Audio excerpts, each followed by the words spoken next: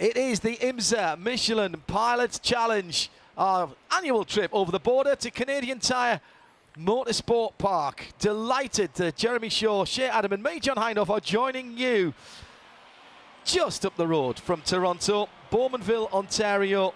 Fabulous part of the world. We are so lucky. A couple of great racetracks in great parts of the world in the last couple of weeks. 2.4 miles, 10 corners. Action areas going into Moss Corner, turn 5, and then coming through turn 8 into the final corner. We've seen some do-or-dare moves pulled there down through the edge. The long, slightly curving back straight, the Mario Andretti straight there, which is uphill and not that straight, to be honest. A lot of this track, though, is a one-groove circuit, and it's very, very challenging and not for the faint-hearted. Turn 1 for the prototypes, not even a braking zone now. Lift, turn in, get on that inside curb, and just basically back on the throttle straight away. It's barely a lift for the high downforce cars. Well, hello everybody, and welcome to what has already been an outstanding week.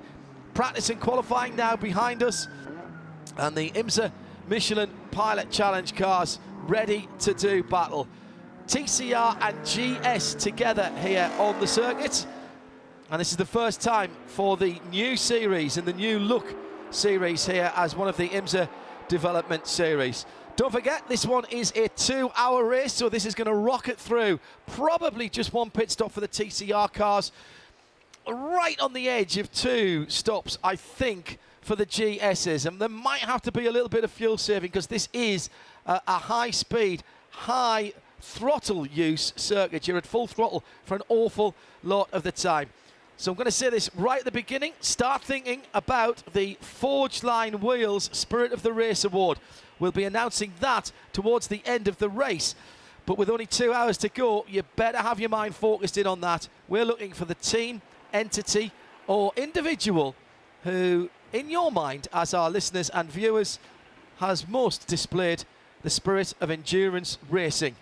There's a few candidates already out there. Rebel Rock lost their regular partners on pit lane when Paul Miller Racing packed up and went home after they bent their car quite badly in the WeatherTech part of this weekend.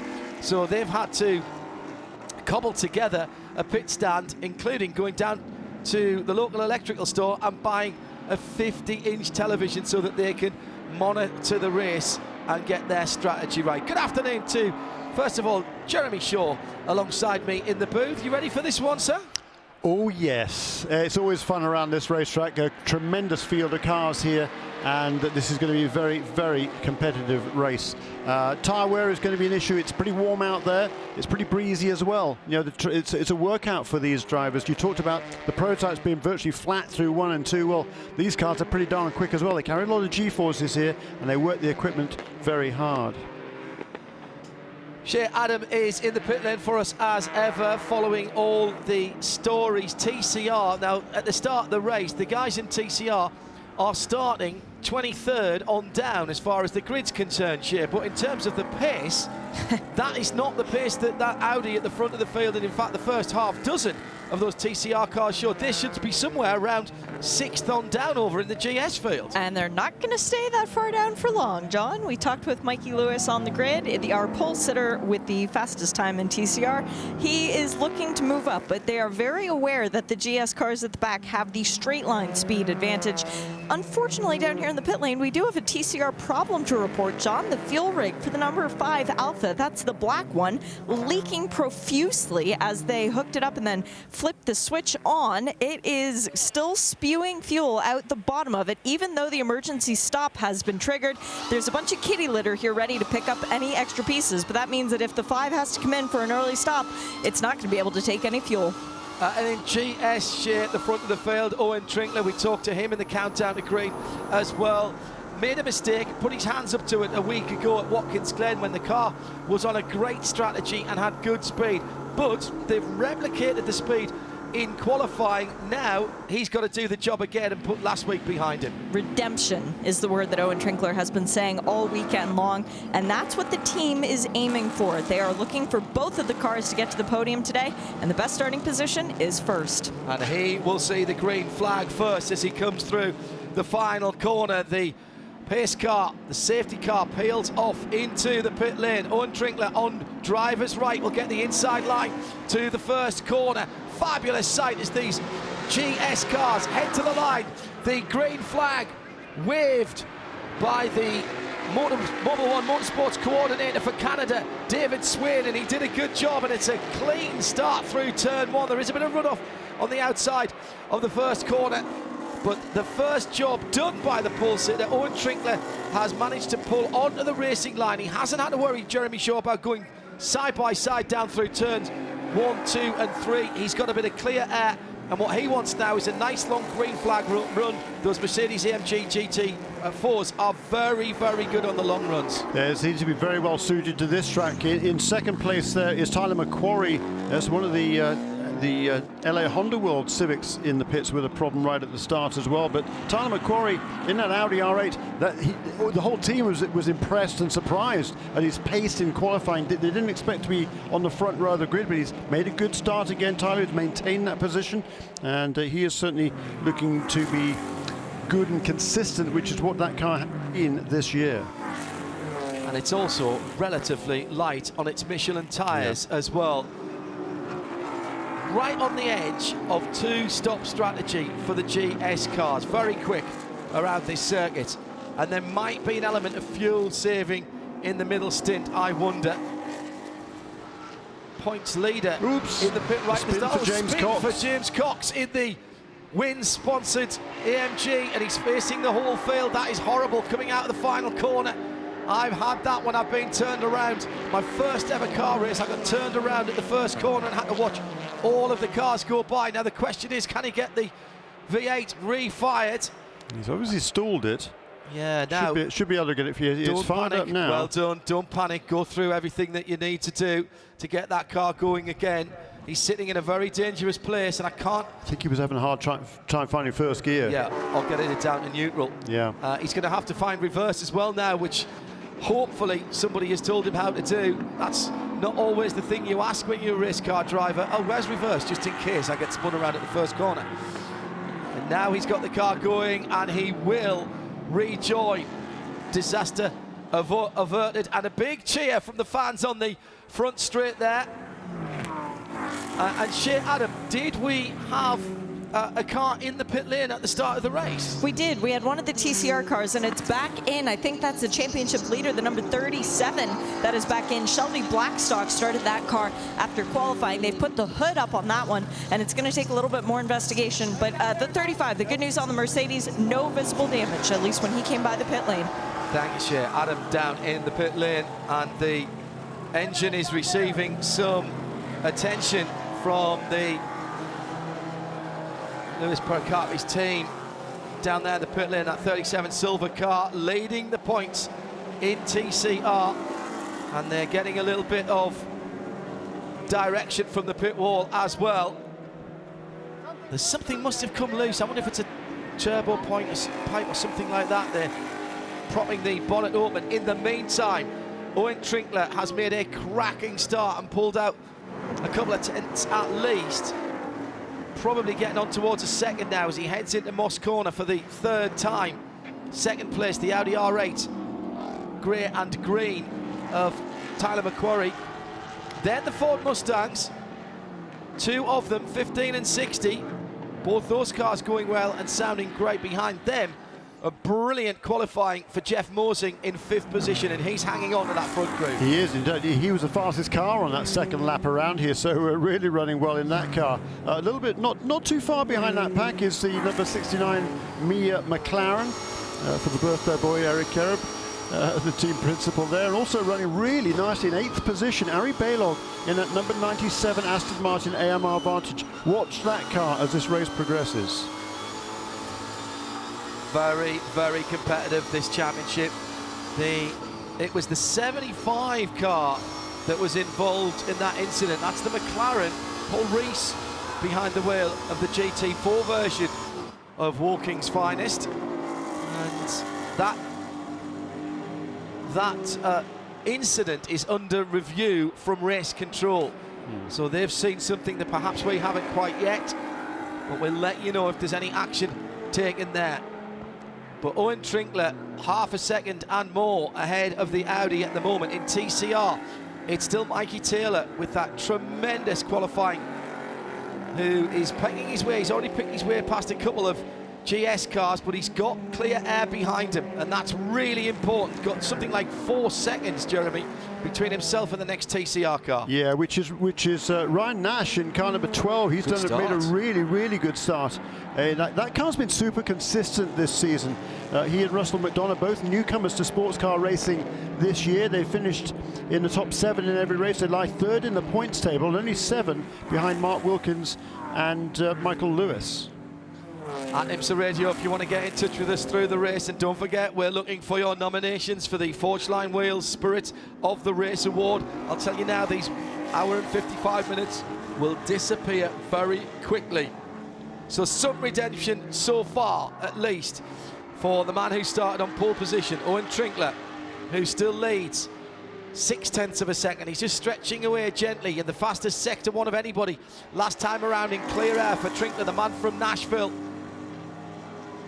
Hello to the family, which I know that you'll be tuned in. They have been enjoying their 4th of July weekend, as many of you will have done, I'm sure, enjoying their holiday weekend, watching and listening around the US and around the world via IMSA.tv. Another car that's made really good progress in the opening few laps is car number 84, Brian Henderson. He started last. They had a suspension failure in the practice session immediately prior to qualifying. There wasn't time to fix it for qualifying. Had to start at the back of the field in TCR. He's already up to 8th position. Wow. Yeah, very good. Car number 84. It's a left front problem for that yellow and blue Honda TCR. TCR's Audi, then the Hyundai Veloster N. It's been another quick car as well. Mark Lewis in the 98 car. Then the number 12 is next up. It's Ryan Nash, who has made a good start. And then the second of the Velosters in the 21 car is the black version of the Veloster, and that is in 4th position. So another good run. And let's go to Shea for an update on the points leader in TCR in the pit lane early. Going back to the garage, John, there is something broken within the engine compartment on the car. They tried using tie wraps to secure things down more, and as it pulled away, Luis Pericarpi, who was yelling instructions from the pit wall to the crew guys, very helpfully said, no, there's still something wrong. There's something rubbing. We need to take it back to the truck and look at it. Shea Adam in the pit lane for us this afternoon, and that is a real drama right at the start. There's your headline straight away, Jeremy. Absolutely, that championship leader. They started off the season with 2 straight wins at Daytona and Sebring, had a couple of 5th place finishes since then, but this is going to be a disastrous day in the points for that number 37 team. I told you watch out for the Aston Martin, didn't I? Well, on the last lap, lap 4, which we can now complete lap 5, Ari Balog set the fastest lap of the race, a 1:25.06, and that's only 1/10 of a second outside the race lap record set last year by Chase Briscoe in a Ford Mustang GT4. That's a great effort from Ari Balog. First time he's driven this car. They had a brief shakedown, I think, at Sebring a few weeks ago, but other than that, this is his first run in a car. It's been a really good one, running in the 8th position. At the head of the field, Owen Trinkler is just beginning to edge away. It's almost up to a full second now, and that's because Tyler McQuarrie has company in second place. The Audi has the first of the Ford Mustangs right in its wheel tracks, and then the second of the Fords, the 2 blue ovals running line astern there, hunting as a pack, if you will. Then Nate Stacey is in that number 60 car. Then Jeff Mosing, 5th position in the tangerine metallic car, side by side for 2nd position. Not quite the right part of the track, gonna have to go the long way around. This is a super quick part of the circuit they've touched, and there's a piece of bodywork from the Audi has gone up in the air. That was, I think, one of the parts of the side of the car just behind the driver's door that went up in the air, side by side, rubbing there as McQuarrie and Rhodes got together far too close for comfort on what is, Jeremy, a very quick part of the circuit. 4th, maybe 5th gear there, and almost flat over the top of that, almost flat out over the top of that rise. Yeah, wow, that was That was a tight moment. A great move there by young Ben Rhodes, up into second place now, ahead of the Audi in that Motorcraft Ford Mustang GT4. So have a look as they... Well, they came out of 3, and Rhodes did get position. He had to go the long way around, but that puts him in line to go up the inside. In fact, the pass was done in the compression. So Rhodes through and immediately stretches away, but the back end of that Mustang is already looking a little bit flighty. How hard has he worked his rear Michelins there in this afternoon heat at Canadian Tire Motorsport Park? So Owen Trinkler now knows that he's got a very quick Ben Rhodes behind him. Now, number 37 Honda being worked on still there in the pit lane. It did one lap and came back in again, the hood up again, and clearly all is not right there with that LAP Motorsports car.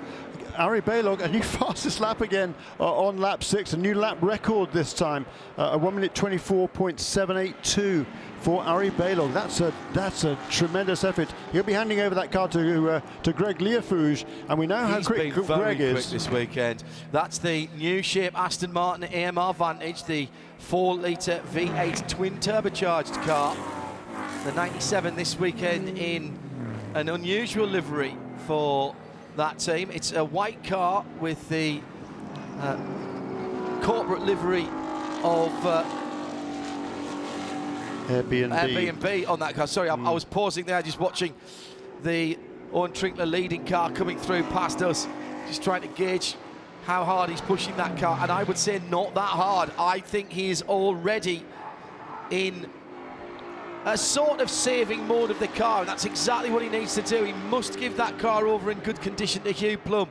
And after closing down just a little bit when he first got through, Ben Rhodes has now dropped away another couple of 3/10, and it is now 1.2 seconds between first and second position. Great job by Owen Trinkler, last year's champion with Hugh Plum and this team, of course, but they have had a shocking opening to the year, lying 20th, 21st in points coming into this weekend. In TCR, 5 seconds, 5.5 seconds between Mikey Taylor and Mark Lewis. The number 17 Audi leads the light blue Hyundai Veloster, and the 17 Audi has been hunting GT cars and is coming up on the back now of the older version of the Aston Martin GT4 Vantage. That's the normally aspirated 4.7 V8. We were hoping to have seen 2 of the new cars here this weekend, but a little bit of damage last weekend at Watkins Glen means that we've got one of the old ones and one of the new ones. Actually, Gary Ferrari, he prefers the older car. He just loves driving. He loves the older car. Just loves the older car. I love the older and wants car. to drive it. It's perhaps not quite as competitive as the newer car here, but on some tracks it certainly is. He's more comfortable. He's not doing a full season, Gary, along with Chris Wilson, who's a veteran driver, long-time Skip Barber racing instructor some years ago, and you know, they're out there having fun. You know, but they've had a good results already. They were finished on the podium, you'll remember, at Daytona. Yeah. Great start to the race for the TCR leader, the dark grey, white and red number 17, going across the start-finish line now, and with a front row seat of James Pesek in the number 40 Ford Mustang.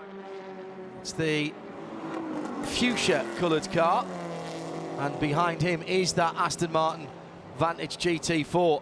The first and the last part of the lap are ruled by TCR cars. We've seen them quicker than the quickest GS cars, never mind the cars that are further back down the field. By a chunk in qualifying. I think Mikey Taylor had a half a second on all of the GS cars through the first sector here. That was pretty remarkable. I'll tell you what, a new fastest lap there by the second place car, Ben Rhodes, in the Ford Mustang. He's now set a new track record of 1 minute 24.731. Yeah, and it's taken half a second out of Owen Trinkler on that lap, so it's now down to 0.7 of a second. Tight racing. He's right with him now.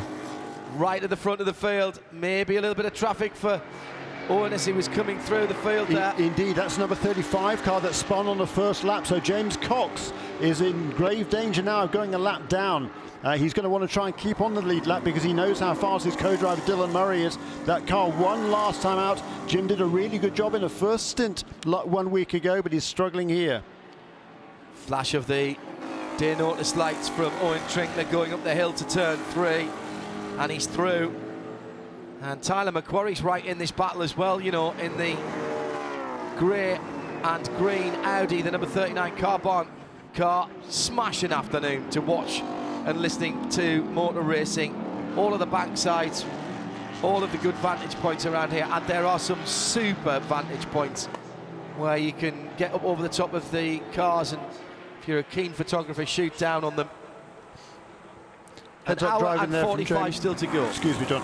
Heads up driving there from James Cox, because he realised the leaders are going faster than he is, so he just got out of the way, let them go past and let them have their own battle. And now Ben Rhodes is really putting the pressure on Owen Trinkler for the lead. I get a feeling that Owen Trinkler is running to a pace here, Jeremy. His lap time's exceptionally consistent, round about the 25 8s and 9s. We know that car can go faster than that, but I think he's running to a pace here, and he's trying to keep the tyres under that car. It's a warm afternoon, and what you don't want to do is run off into the distance and then find that you've got nothing towards the end of the stint. These GS cars will be doing, what, 45 minutes or thereabouts, Jeremy, a little bit under? Yeah, probably should be a bit more than that, I think. But certainly, you know, he'll be under instructions here to manage the best, not to take too much out of the tyres. It is a hot day. The tyres have to work super hard around here. It's not the easiest track on tyres by any means. And also, if you can run a conservative pace, save a little bit of fuel, that means you need to put less fuel in at the stop. Let me give you a quick rundown for those of you watching as well as listening.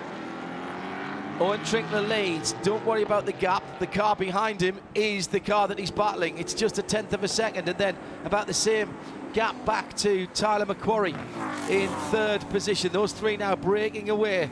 The 46, 15 and 39 Mercedes AMG, Ford Mustang GT4 and Audi R8. 4th position, and the head of the next little group, that will be Nate Stacey in the number 60 Ford Mustang. He's got Corey Fergus right up his tailpipes in the McLaren number 69, the Motorsport in Action cars. There's a battle for the lead coming into the final corner. Not there, Ben, not from that far back. Owen didn't even feel the need to defend there. Pulls out about a couple of cars lengths before he goes over the line. And Trinkler very, very smooth and gets a big advantage going through turn 1. Pulls out another couple of cars lengths. Further back down the field, the Audi R8 of Tyler Cook has got the very patriotic number 22 Ford Mustang sitting in behind him. That is the battle for 10th and 11th place. And in TCR, Audi by nearly 6 seconds now. That's Mikey Taylor from Mark Lewis in the 98 blue Hyundai Veloster, and a change for 3rd now. It's the 2nd of the Velosters up into 3rd position. Miss Felipe up there, and then Alex Papadopoulos for Alpha in the 3 car. That's the one with the tan panels on the front that was nearly it was destroyed. That's the car that came back like a phoenix from the frames. Now up into 4th position. Yeah, he's flying as Papadopoulos. He set the 2nd fastest lap of the race in TCR. Mikey Taylor has set a best of a 1:26.3. The only other guy in the 26s in the early stages is Papadopoulos in that car number 3, the Alfa Romeo. The other guy who's moving up further up to the front of the field is Ari Balog in that Aston Martin. He's made a couple of passes over the last 2 laps, now up into 6th place in car number 97. Bit of a gap between the first 3 and the next little group. That's because the second group was held up a little bit when they got past James Cox a few laps ago. But now Corey Fergus in the MIA McLaren has moved up into the 4th position to the head of that train of cars. There's a 5-car train battling for 4th, 5th, 6th, 7th and 8th. And he's moved past Nate Stacey in the Ford. Turn 2, and the battle for the lead is heating up again. Owen Trinkler got down to a 25.6 last time around, but I definitely think he's running to a pace. Yep, no, I'm sure he is. And they're not being caught by the 4th place. It's these 3 guys who've got a pretty decent gap, something in the region of 2.6, 2.7 seconds as the McLaren going slowly. The McLaren, power issues for the McLaren, and it's gone a lap down. The other McLaren, the 75 car, the Compass car. Yeah, sorry, that is the Compass car. Yeah, absolutely right. He lost a lot of ground a couple of laps ago.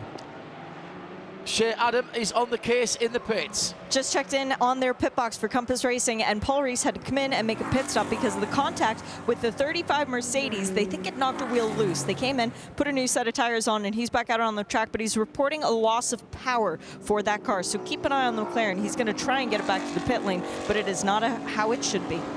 And it's already gone a lap down to the leaders, who are still having a great scrap down the inside in the final corner, and this time it's pulled off.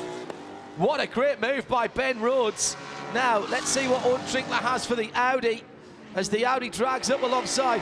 Trinkler didn't defend there. Let the Ford driver go through on the outside. So, well, maybe that's not running to a plan. Maybe they've got a problem with that car. That was another 26.3 last time around for Owen Trinkler. 26.7. 26 as opposed to 25s, which already had been doing. Correct, and he'd been fairly steady in that. They did have a bit of traffic, in fairness, but... And you can easily lose a second round here, mind you. But, for me, Ben Rhodes is the man of the moment. He's pulling away. Already put half a second and more into what is now the battle for second position between Owen Trinkler and Tyler McQuarrie. Well, Joe Vardy has the brain, a brain the size of a planet, so he'll be crunching the numbers, and we may find out later on that this is exactly the plan.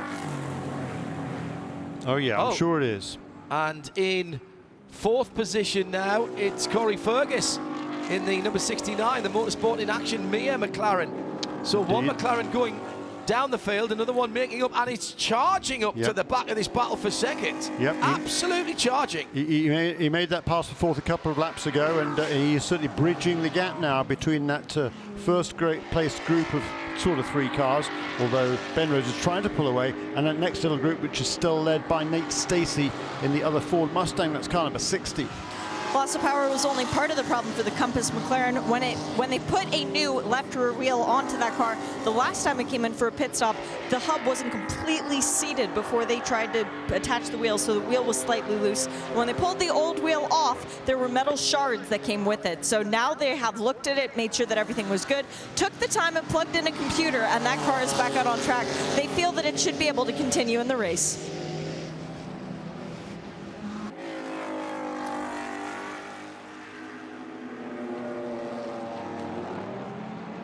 TCR now 5.4 seconds between the Audi that leads the number 17 car and the two Velostas that are chasing it down ever so slightly, just pulling a 10th here and a 10th there.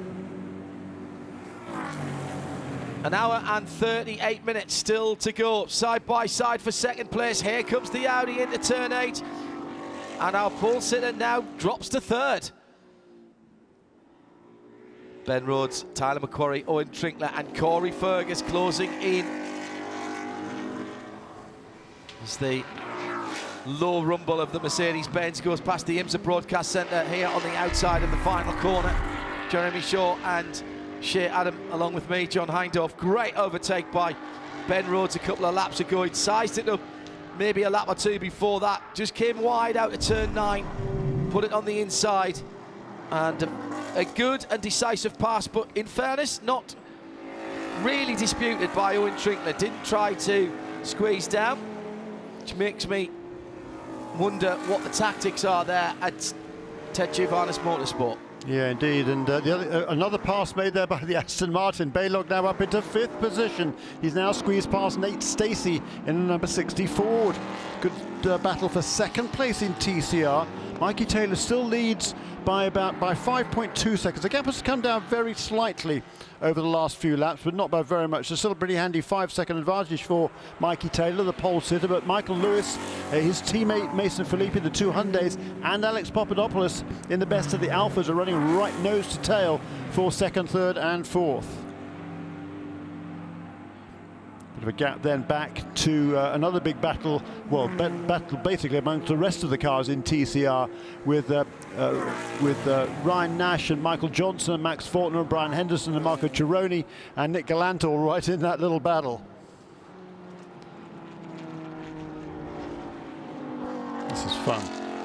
As always, the Michelin Pilot Challenge, bringing us plenty of action. The delayed Compass 360, number 75 McLaren is back into the pit lane after that contact early on. And what I didn't see, Jeremy, is if they got any sanction for that. Pit lane speed violation, stop and 20 seconds for that car when it came in last time. The 37 has gone behind the wall, our championship leader in TCR. Reviewed, no action for the contact between the 35 AMG and the 75 McLaren. Thanks to race control for that.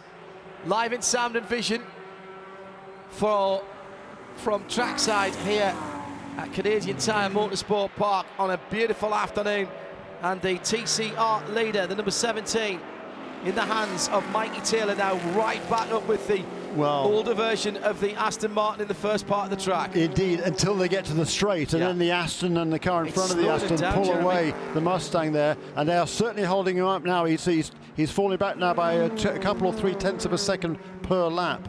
Yeah, he's lost a second since the last time I looked at him. It's still 4.6 seconds. It's no drama right now, but the two Velocitas and the Alfa Romeo Giulietta, Alex Papadopoulos, is right on the back of the two Hyundais ahead of him. And great to see the different shapes of these TCR cars. Massively aggressive with the wide box arches. They look and sound fantastic. And my goodness me, round that high speed, twisty stuff here at Canadian Tire Motorsport Park, they are quick. They have a lot of downforce, quite a light car, very well balanced, and the drivers are loving this. Not quite dangling the wheels as much as we saw last week at Watkins Glen, but it's still a great spectacle. Second place, the light blue and orange Hyundai Veloster goes across the line, down at the first corner, a little lift, turn in, get the front end to bite, and then get straight back on the throttle really hard. And the back end just sitting down as the cars come out of that fast first corner. Just a little bit of a four-wheel drift coming across the skyline down into two. Lovely to watch. And a very, very cost-effective racing car with the sort of pace for the money, if that's the equation you're looking at.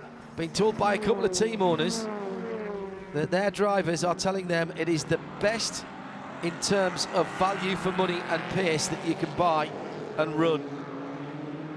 GT4-ish pace from a car that in Europe is 135 to 150,000 euros, depending on the model and the spec. Super consistent pace by our race leader, Ben Rhodes. He's not a well-known name in road racing, certainly, but he's doing a fantastic job for Multimatic Motorsports, locally based, of course, here in Markham, Ontario, only an hour or so from the racetrack, doing a really nice job. 125.54 last time around, or 4.5 it was last time around, but most of his laps are within a few tenths of a second. That's really, really nice. Certainly Tyler McCrory is keeping pace with him. Corey Ferguson now up into third place in the McLaren, having dispatched Owen Trinkler a couple of laps ago in the pole, sitting car number 46. And then looming is that Aston Martin of Ari Blaylock. This is by far Ari's best ever drive in this championship.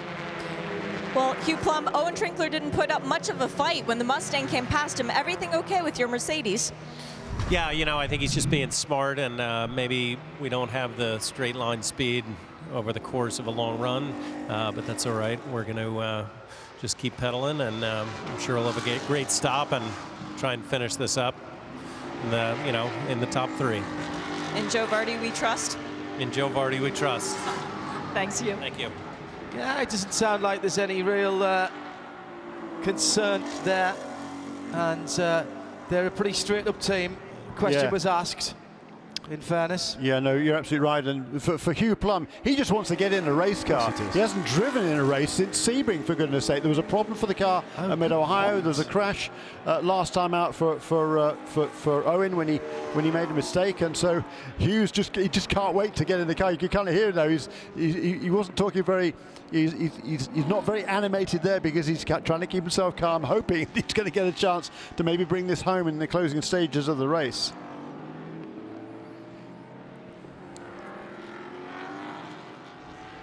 57 and 82 were rather too close together a moment or two ago. That's the Mercedes of Bryce Ward and the BMW of James Clear. They're battling for 11th and 12th position, and that is being looked at by race control as well.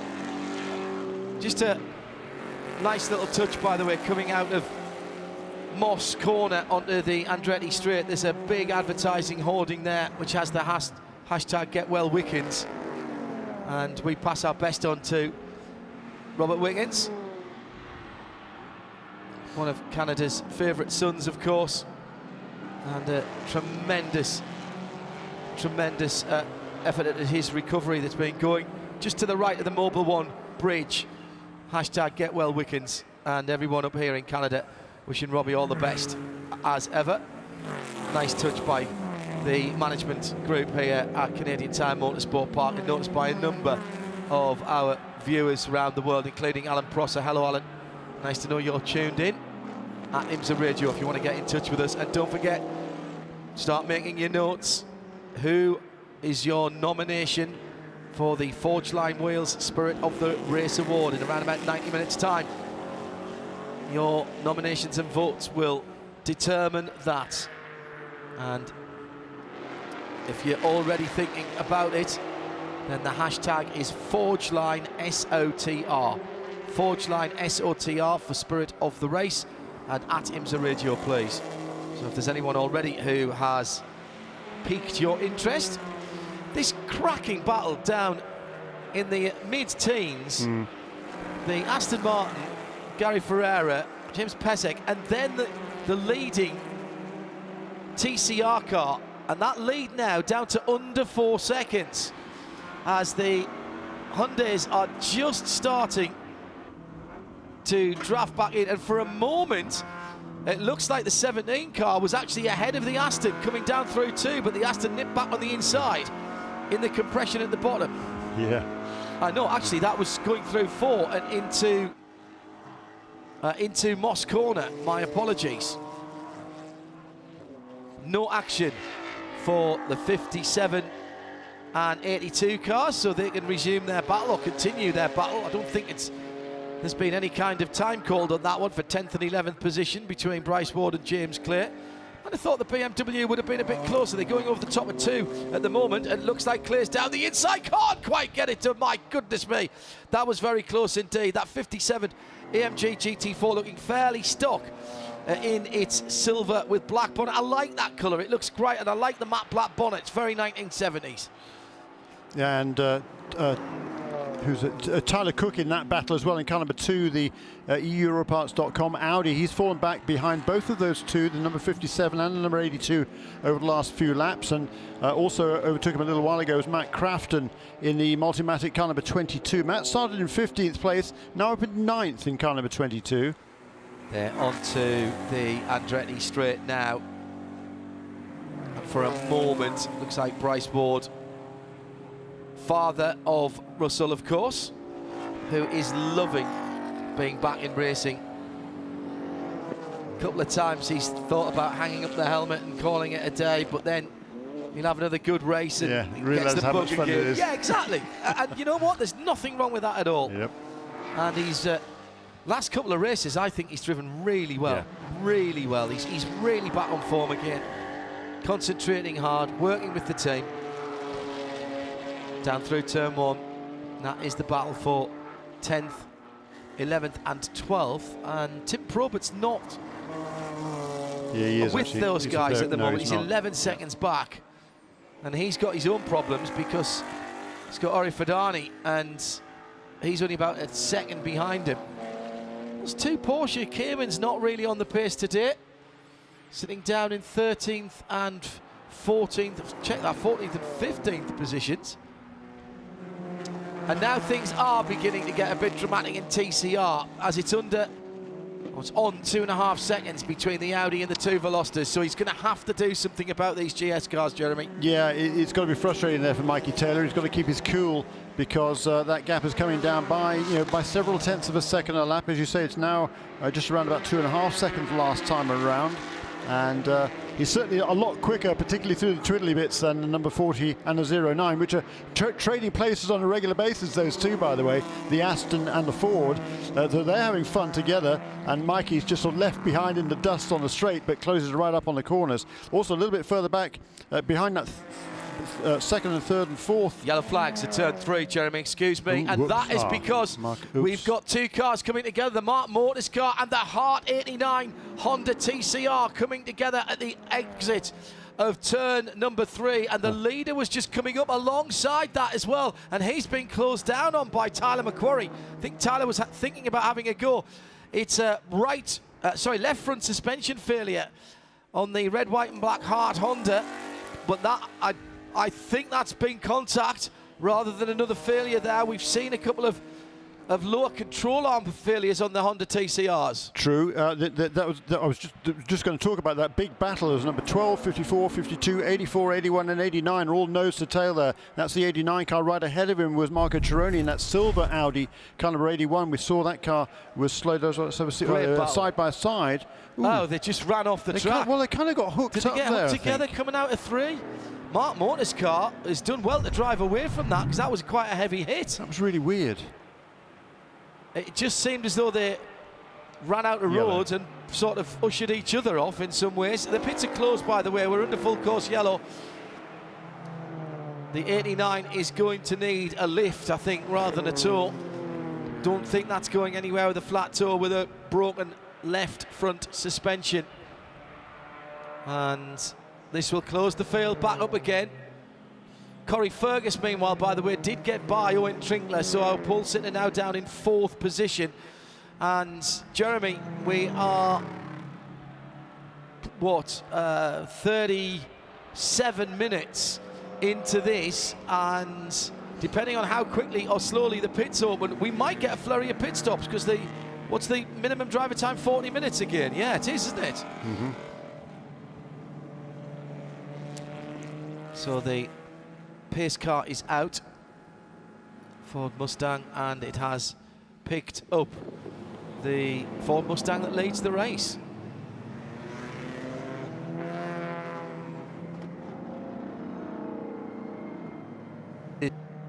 It's iced. If you are just joining us, welcome along. Still got an hour and 23 minutes exactly to go. 89 car by the side of the road, and yeah, they were looking for a lower steering arm yesterday, weren't they? Yes, they were. They had a breakage during one of the practice sessions. Exactly on that side, yeah. Chad Gilsinger was driving that car. The other Honda drama, of course, Shelby Blackstock starting the number 37 Honda, leading the TCR Championship and behind the wall at the moment. So that car with real issues, some kind of engine malady or something loose in the engine bay, but that car went behind the wall a wee while ago and has not reappeared. Here's how they stand then. It's a Ford Mustang that leads, the number 15 car. Ben Rhodes ahead of Tyler McQuarrie in the Car Barn 39 Audi. Then the Corey Fergus white number 69 Motorsport in Action McLaren GT4 from Owen Trinkler in the pole sitting 46 TGM. Ted Giovannis Motorsport Mercedes AMG GT. Aston Martin to 5th position for Ari Balog. Has driven brilliantly well in that new car. By the second of the Ford Mustangs, the number 60 car. And we're under course yellow for a coming together between the 89 Hart Honda and the number 81 Mark Motors Audi, which did indeed hook together coming out of turn number 3, and it just looked like what happened is that the Audi was on the inside and there was a touch. The front wheels, Jeremy, of these cars, they sit out, don't they, from underneath the guards a bit, and all you need to do is hook that on the bodywork or the other wheel, and you can easily break a steering arm. Yeah. Which side was it though on the Honda? The Honda broke. Honda broke its, I think, hitting side. The wall. Well, true, yes. Yeah, but the Audi there, I mean, the 89 Hart Honda had kind of a little bit of an overlap, but on the outside coming out of turn 3. And it looked certainly from the picture there that the number 81 car that was fractionally mainly ahead kind of turned left a little bit, but I think there might have been a little bit of contact that turned that car to the Yes, left, and exactly it just so. took the Honda out there. So really unfortunate and strange looking incident, but most unfortunate. It will be being watched and reviewed in race control. The KN from race intervention, our Porsche SUV on site with the AMR equipment there, and thanks to them for jumping into the IMSA safety vehicles for this year. And of course, as ever, we thank all of our volunteer marshals, safety crews, track services, and all of our volunteers around the tracks, not just here in Canada and North America, but around the world who'll be working this weekend to make sure that motorsport happens. In TCR, as we run down the top 6 for you in GS, in TCR, Audi will now be close right down by the 200 Velocities. So 17 Audi from 98 and 21. Then the Alpha, Alex Papadopoulos in the number 3 car. That's the mostly red one. And the top 6 made up by 2 more Audis, the 54 JDC car and the 52, the 12 and the 54. That's your top 6. Yeah, that's been a super battle going on there That's between the been fun. 12, the 54, the 52, the 84, plus the 81 and the 89 before they went off. And the pits are open for GS cars, and we have gone across the 40-minute barrier, so you can change drivers, and that is why everyone will dive in. So led in then by Ben Rhodes, who's done a great job. 40 minutes on the clock. It's going to be a very, very tight run here to get to the end for the GS cars on just another 2 stops. Shit, Adam. Ben Rhodes hits his mark, Grant Enfinger taking over the number 15 Multimatic Mustang for the car, the sister car. That is Matt Crafton getting out, and Johnny Sauter in for the 39 Audi. Jeff Westphal is out. Excuse me, Jeff Westphal is in. Tyler McQuarrie is out. 4 tires for all 3 of those cars. It is also 4 tires for the number 7 Volt Racing Porsche. That is Alan Brynjolfsson out, and Trent Hedman in. We've got the 89 BMW in Bimmerworld. Takes over 4 Michelin tires there. 4 Michelin tires as well for the 46 Team TGM Mercedes. That is Owen Trinkler out, his black helmet next to the car. Hugh Plum getting in. He was supposed to get in on lap 51 if they stayed green. Fun fact. For Murillo Racing, it is both cars with driver changes, both cars with full fuel and tires. First car back out on the pit lane, by the way, though. The 69 Mia McLaren takes the lead. So Eric Carob, with a birthday present, gets his car back out ahead. There was a running over of equipment in the 33 pit box. That is Windward Racing, as Russell Ward is out and Indy Doncha is in. They ran over the air gun, so they will be coming back in for a penalty. A terrible stop for the 97 automatic raced in Aston Martin. They did a driver change. Ari Balog out, and Greg Leafouge got in, but they were blocked on their exit by the number 65 Murillo Racing Mercedes, which is the only car still in the pit lane. Yeah, and it's not actually going to be that car that you mentioned that leads, because the other Team TGM car didn't come in the pit lane. So Ted Giovannis, I reckon. I'm sure he would have done. No. Yeah, he did. Didn't he? He stayed out, Jeremy. He stayed out. He stayed out, so he will go to the front of the field once the TCR cars come in for their stop this time around. Now, the 40 minutes was up, Jeremy, so I don't really know why, unless they didn't want to double stack the cars. I can't imagine why they wouldn't have brought him in, because the car's fast, and you know, I guess he's almost at the back of the pack in GS in any case, so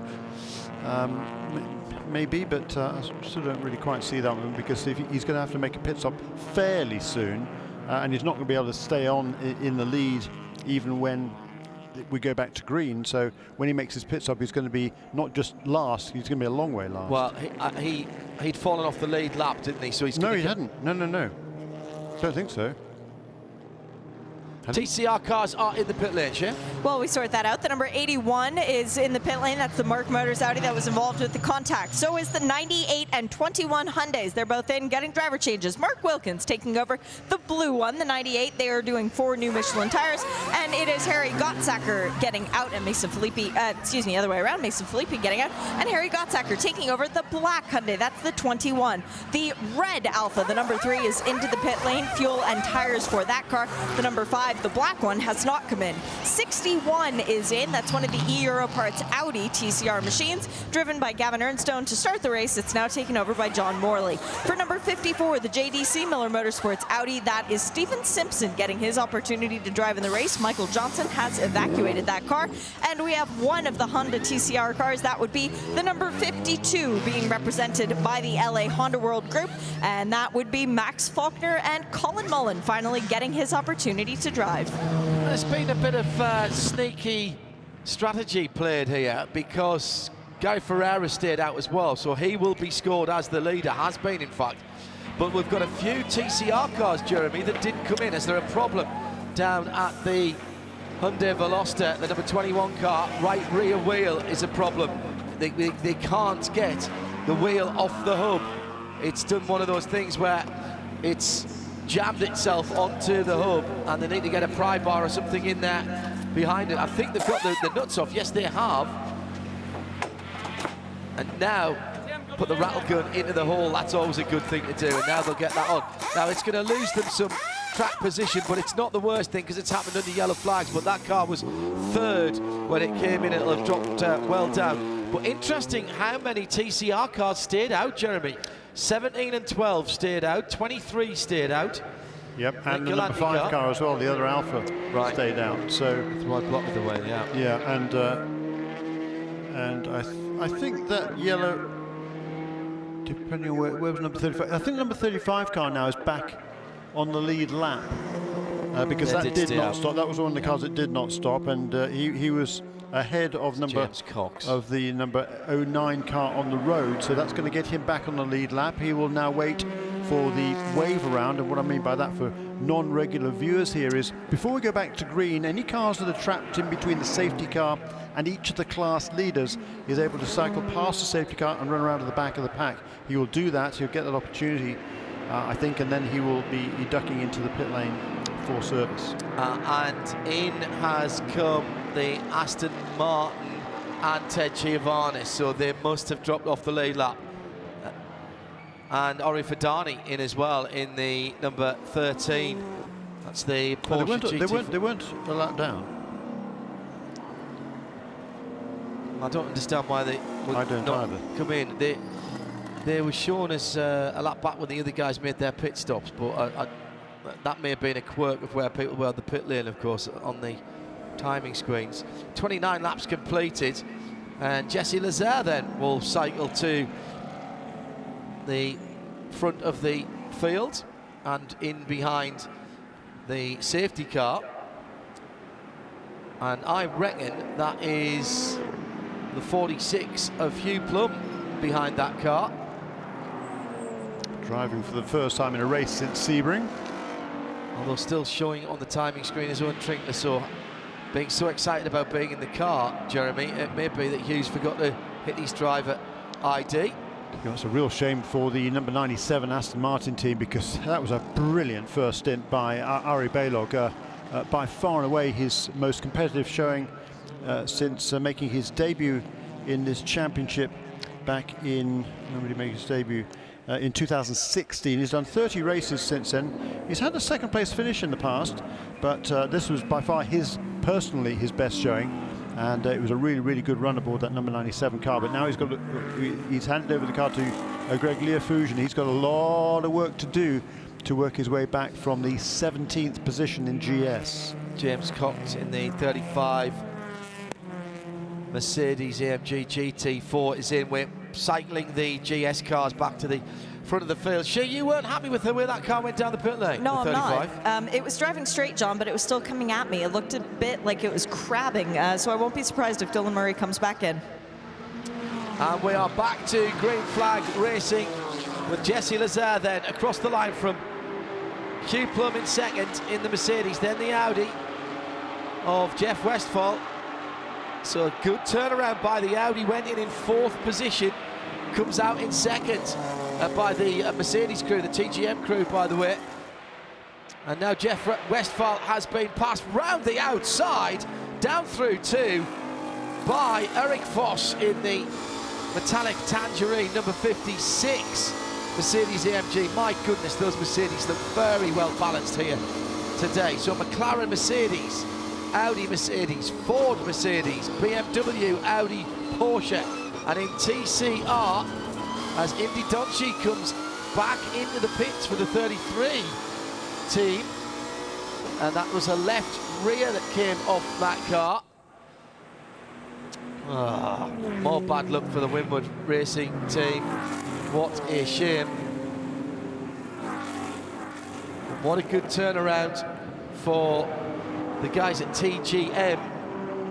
Still just over an hour and 10 minutes to go. And by the way, I misspoke, one extra stop to go for here from the GS cars.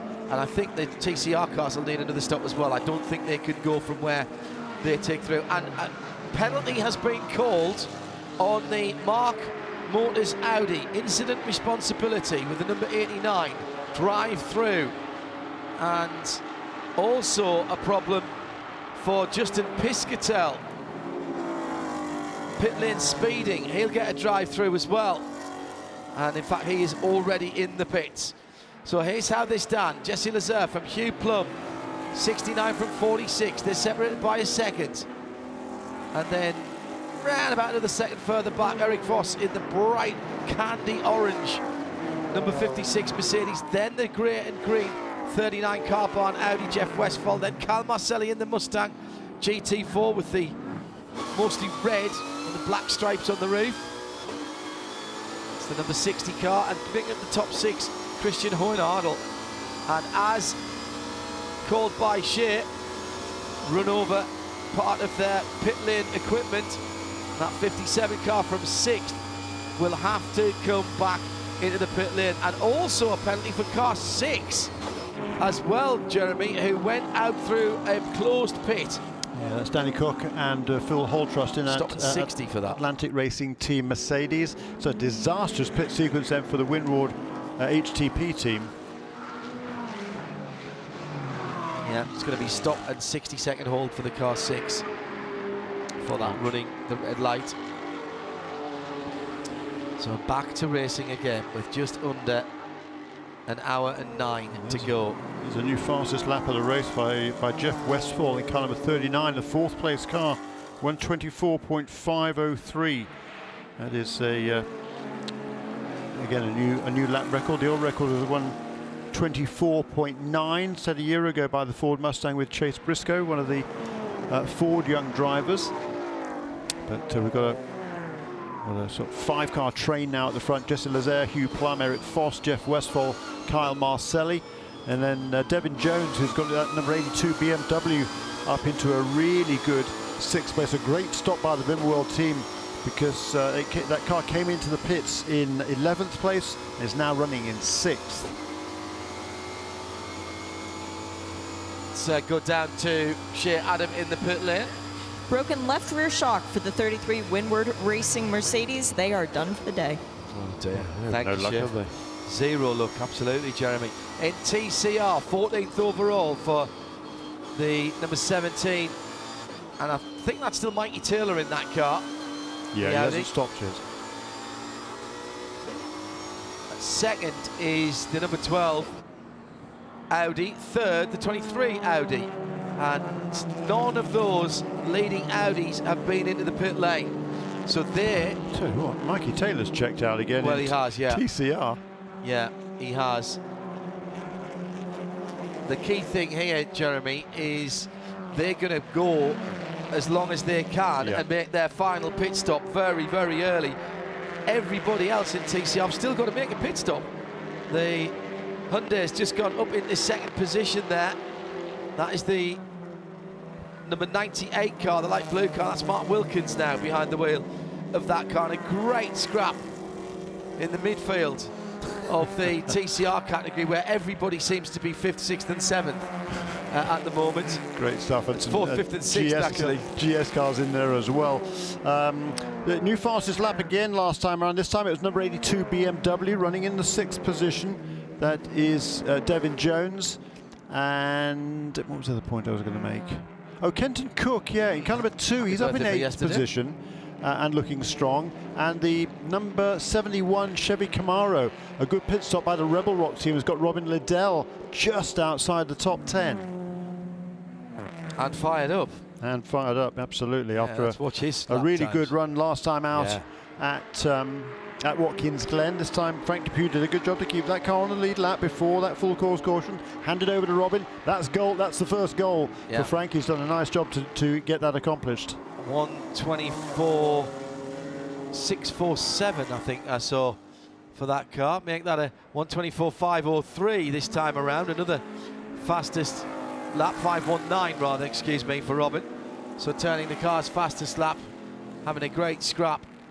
Meantime, behind the MIA McLaren, the Mia McLaren.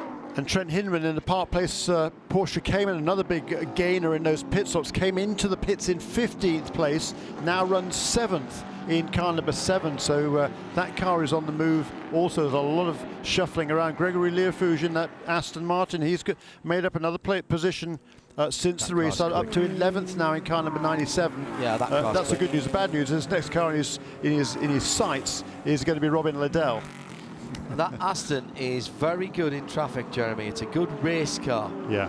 And that's what you want around here. You've got to be able to go offline. You've got to be able to make moves.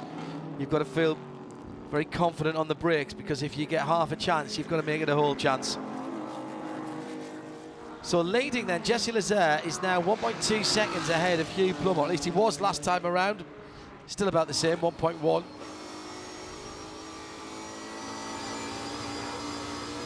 And in fact, it's Jeff Westphal now who scored in second, with Hugh Plum third. Then Kyle Marcelli, Eric Voss. If you prefer the cars, McLaren, Audi, Mercedes, Ford, Mercedes, BMW are your top 6, with the number 82 on the end of that top 6. And a new fastest lap this time. It is that the Aston Martin, Gregory Learfouge, 1:23.991. Robin Liddell directly ahead of me. He just had his best lap last time around, a 1:24.3 in the Camaro. And those two are going to be trying, if they can, to close in on Jade Buford, who's next up in line in car number 40. That's another big gainer during the pit stops. No, I guess not. He came into the pits in 16th. Did the number 40 car, James Pezek, and Jade Buford is now in 9th. Oops. A bit of trading paint and trading bodywork in the TCR field, as the Alphas were battling with the number 21 Hyundai Veloster. Harry Gottsacker battling in that with Alex Popout. And I think that was Ryan Nash as well in coming there. out of the final corner. There is Kyle Marcelli making a move on Hugh Plum, and I think Eric Voss is going to squeeze through as well. Yes, here is that battle heading into turn 1. Yeah, and the pass was made. Yep. So the 82 BMW has gone through as well. So Hugh Plum dropping to 6th position. The car just doesn't seem to have the pace. Unusual for the Ted Giovannis Motorsport Silver Machine. Live from trackside, just over an hour to go. This is IMSA Radio and IMSA TV together. Keep thinking about your nominations for the Forge Line Wheels Spirit of the Race Award. Your suggestions, please. Use the hashtag ForgeLineSOTR at IMSA Radio, and we'll tally them up before the end of the race broadcast. A lot of personal fastest laps, including for Kenton Cook in the number 2 at Europarts Audi. 8th position for that car at the moment, just at a 25.0. Plenty of racing still left in this one, Jeremy. Absolutely, we're still not to half distance. Smashing move down the inside by Jeff Westphal, who got by Hugh Plum and let me see, got Eric Voss as well. Kyle Marcelli's right in there. A while ago, wasn't it? Up into second for Westphal. Now only half a second away from the leader, and in fact not even that now, as they come towards the end of the uphill climb through turn 3. Learfouge in the Aston has found a way past Robin Liddell, and those two have closed right onto the tail now of Kenton Cook in car number 2, the Audi, and Jade Buford in that pink, can't miss that PF Racing Ford Mustang. PF standing for Pink Ford. No, it doesn't Pink really, Ford, but yeah. that's how I remember Pesek it. family, in fact. Pesek family, absolutely. But that's how I remember it. Yep, that's a good one. Number 15 car, right, by the way, ran so brilliantly in the first stage of this race with Ben Rose. He's handed that car over to Grant Endfinger, who's down in 12th position. He's lost a couple of positions since the restart. He's now kind of running in lockstep with the sister car of Johnny Sauter. Didn't have the smoothest of pit stops, that car either, Jeremy. Lost a few on the pit rotation as well. On the nosy, 1 hour to go as Robin Liddell tries down the inside of the number 97, the new Aston Martin, side by side coming out of turn 1. Liddell has to just pinch the corner. Now he'll try and go around the outside of 2. No, of course he won't.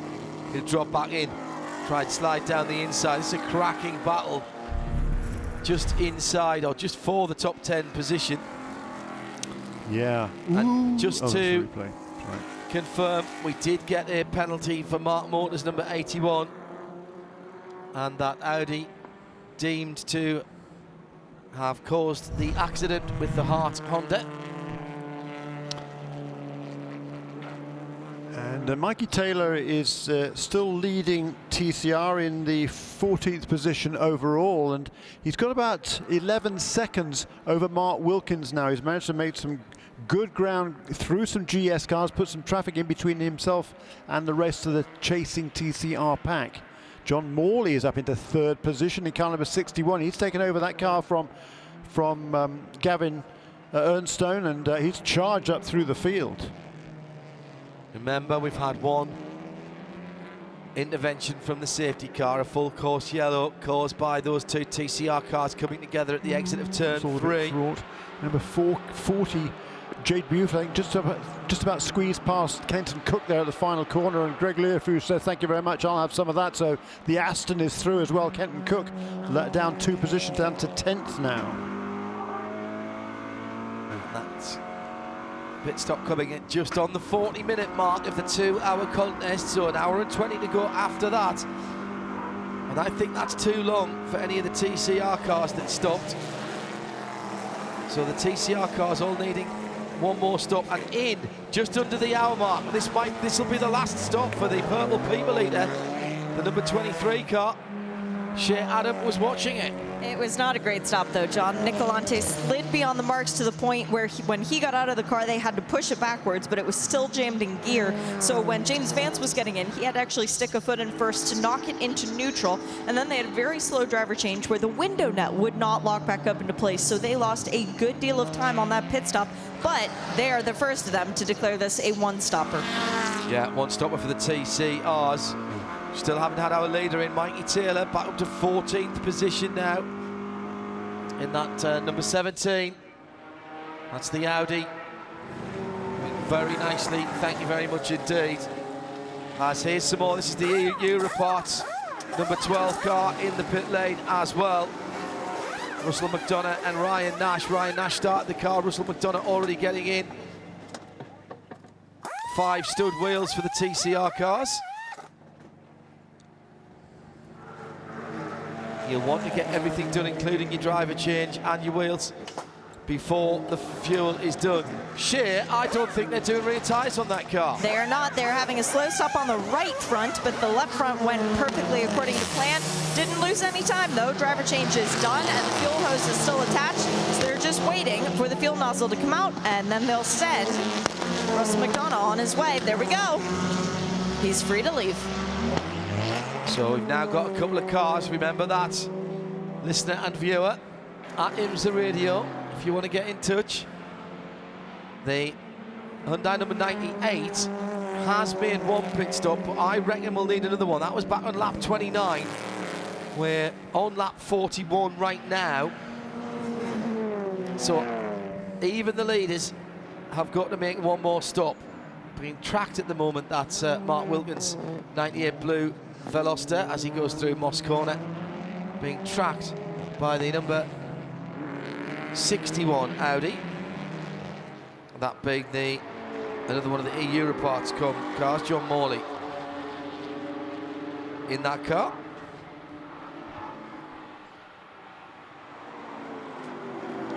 And at the front of the field, the battle's on for the lead, Jeremy. And it's really heating up with Jesse Lazare now. Not one, not two, but three cars pretty much on his tail. It's going to be four anytime soon, because the BMW is catching up as well with the 82 car. It's lurking, isn't it? And only about a second and a half back is Hugh Plum, who's dropped back to 6th place now in that car number 46.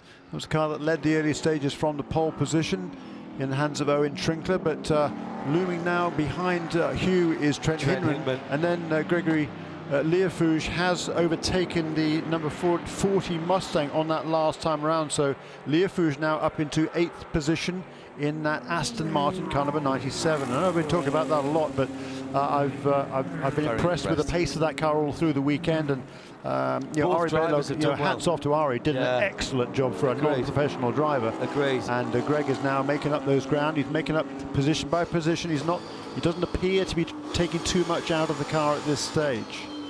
Speaking to the guys who've been running that car in other series, exceptionally light on its tyres, to the point where if it gets cold, they have trouble getting heat into tyres. James Vance just done his fastest lap in the 10th place. Number 23, Audi, that was the car that was just in the pit lane for Fast MD Racing. So that car has made, I reckon, its final stop. Yeah, but it's a lap off the pace now, is it? I think so, yeah. The 81 car, having had served that penalty, you're right, is also a lap behind in TCR, I think. You're absolutely right. Well, but have they been lapped by the leaders in TCR? I'll have to check. Yes, I think they have. They're showing off the lead lap in the new scoring. And Shea Adam, we've not yet had Mikey Taylor in the number 17. That's the leading car for JDC Miller Motorsports in TCR. Is that about to change? Like the rain in the area, it is impending. Britt Casey Jr. up on the wall. They have 4 sticker Michelin tires. As people on the wall are signaling to me it's not going to rain. Yes, Britt Casey Jr. on the wall, so we'll be seeing Mikey Taylor in this lap round. 53 minutes to go, so easily within the reach of the TCRs here. Won't need any help. Now, as far as the GS cars, I reckon another 8 laps as Robin Liddell comes in to the pit lane out of that battle. And that's the number 71 car. Wasn't expecting that shit, Adam. I saw the pit board come down a couple minutes ago, but I thought that might have just been practicing. They're doing fuel and left side tires for Robin Liddell as the fueling is going on. I wonder if they're going to run around and change the rights as well. They have sticker tires up on the wall, so they could be giving Robin the best ammunition possible to go out for this gunfight. No, hands have gone up. They are doing left side tires only, and Robin leaves. Interesting. The reason for that is I think they reckon they can get to the end of the race from here. Wow. So they are the first of the leaders to pit. As long as they can get out of the pits without going a lap down to everybody else, that's a really good strategy. Because if there is a full course caution now, they will get the opportunity. They will be able to stay out and run to the end of the race, where everybody else is going to have to come in and make a pit stop. And when they do that, that will elevate the number 71 Chevrolet Camaro to the lead of the race. And I reckon he has got out on the... Yeah, well, he has on the lead, I think, yeah. Yeah, by relatively comfortably there, Jeremy. Yeah, I'm very impressed by the consistency of the leaders here. It says a lot about Michelin tires, doesn't it? Jesse Lazare, and he's got this sort of 5-car train of cars they're running out front. Behind Jesse is Jeff Westphal and Eric Foss, Carl Marcelli, Devin Jones. That's respectively a McLaren, an Audi, a Mercedes, a Ford, and a BMW. You've got to love that. 5 different cars are running absolutely nose to tail. In a very short gap back to Hugh Plum and Trent Hinman in 6th and 7th, and then trying to track them down. And actually running a little bit quicker is Gregory Learfouge at number 97 Aston Martin. So now we've got then now 8 different manufacturers in the top 8 positions, haven't we? Yeah.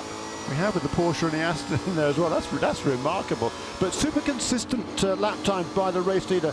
125.1 last time around for Jesse Lazare. His previous lap was 25.17, 24.9 before that, 25.1. So I love that consistency. He's not taking too much out of the car at this stage, and he'll be getting ready now to make the, make sure they get the timing right for that final pit stop of the day for him.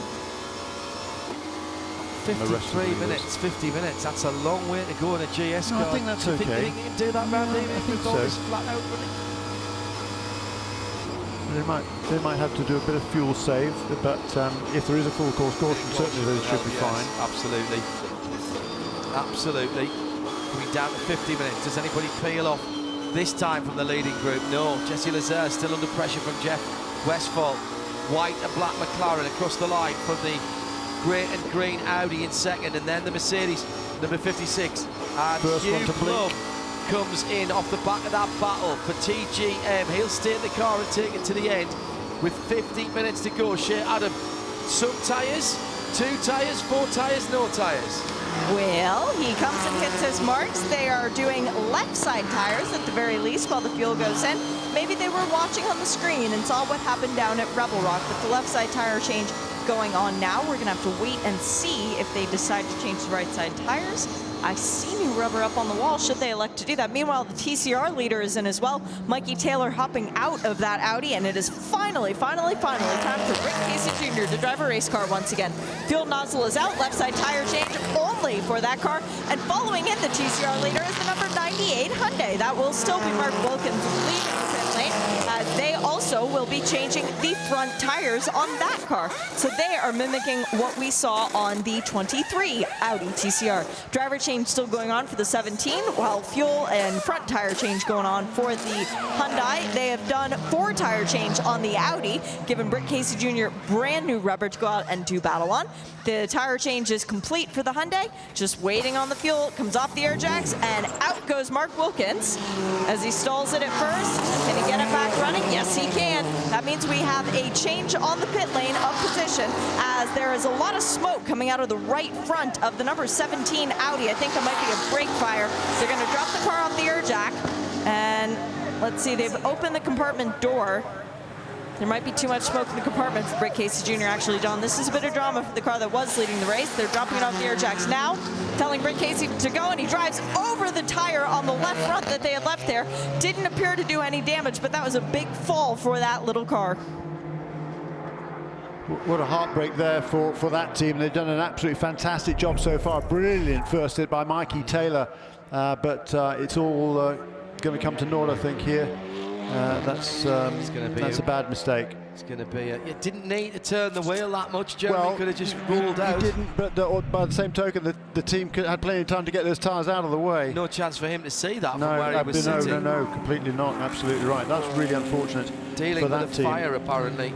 Meanwhile, that we've still got this 5-car battle at the front there with the BMW just sort of kind of clinging on. It's a little bit further back. It's probably 7 or 8 car lengths back, as opposed to a 2 or 3 length gap between each of the other cars in the top 5 as we come through to complete lap 47. None of those top 4 at least is coming in the pits. I think maybe the 5th car one though is. I think maybe is the BMW tugging in? Yes, it is. As is Trent Hinman behind him as well. Oh, my goodness. Meanwhile, number 97 car, he just got past Trent Hinman on the last lap. So now Gregory Leofouge is up into the 5th position. I think though, as Trent Hinman was coming into the pits, I think he held up the Aston just a little bit before he made his way to the pit lane entrance. 17 penalty drive through as we expected, and Shea Adam is watching those 2 cars in the pits that Jeremy's just mentioned. Left side tires for Trent Hinman, the bright yellow Volt Racing Porsche, while they do the fuel. Left side tires for Devin Jones in the number 82 Bimmer World BMW. Also into the pit lane, Guy Cosmo in the number 4 Team TGM Mercedes, and the number 57 Windward Racing Mercedes. Fuel only for Windward. We'll have to see what Guy Cosmo receives as far as service. For Trent Hinman, already back and rolling, but he goes back out behind the BMW once again. And gentlemen, it is spitting. There's sunshine and fewer dark clouds around than there ever have been so far today, and yet rain is falling. Yeah, thank you, Shea. Of course it is. Adam down there in the pit lane. Audi's still battling it out at the head of the field there. That's the 61 that now leads it. That's the black car with the bright yellow shade band on the front of it, going up through turn number 3 now at the moment for that car. Yeah, it's been a really good run for John Morley and Gavin Ernstone in that number 61 car. They've had a couple of podium finishes in the last 2 races. The one at Watkins Glen came on the very, very last lap, but right behind them is Stephen Simpson. He's taken over from Michael Johnson, and the number 61 car and number 54. The 2 Audis are locked in combat there, but they will both need to make, almost certainly, unless there's a lot of yellow, another pit stop.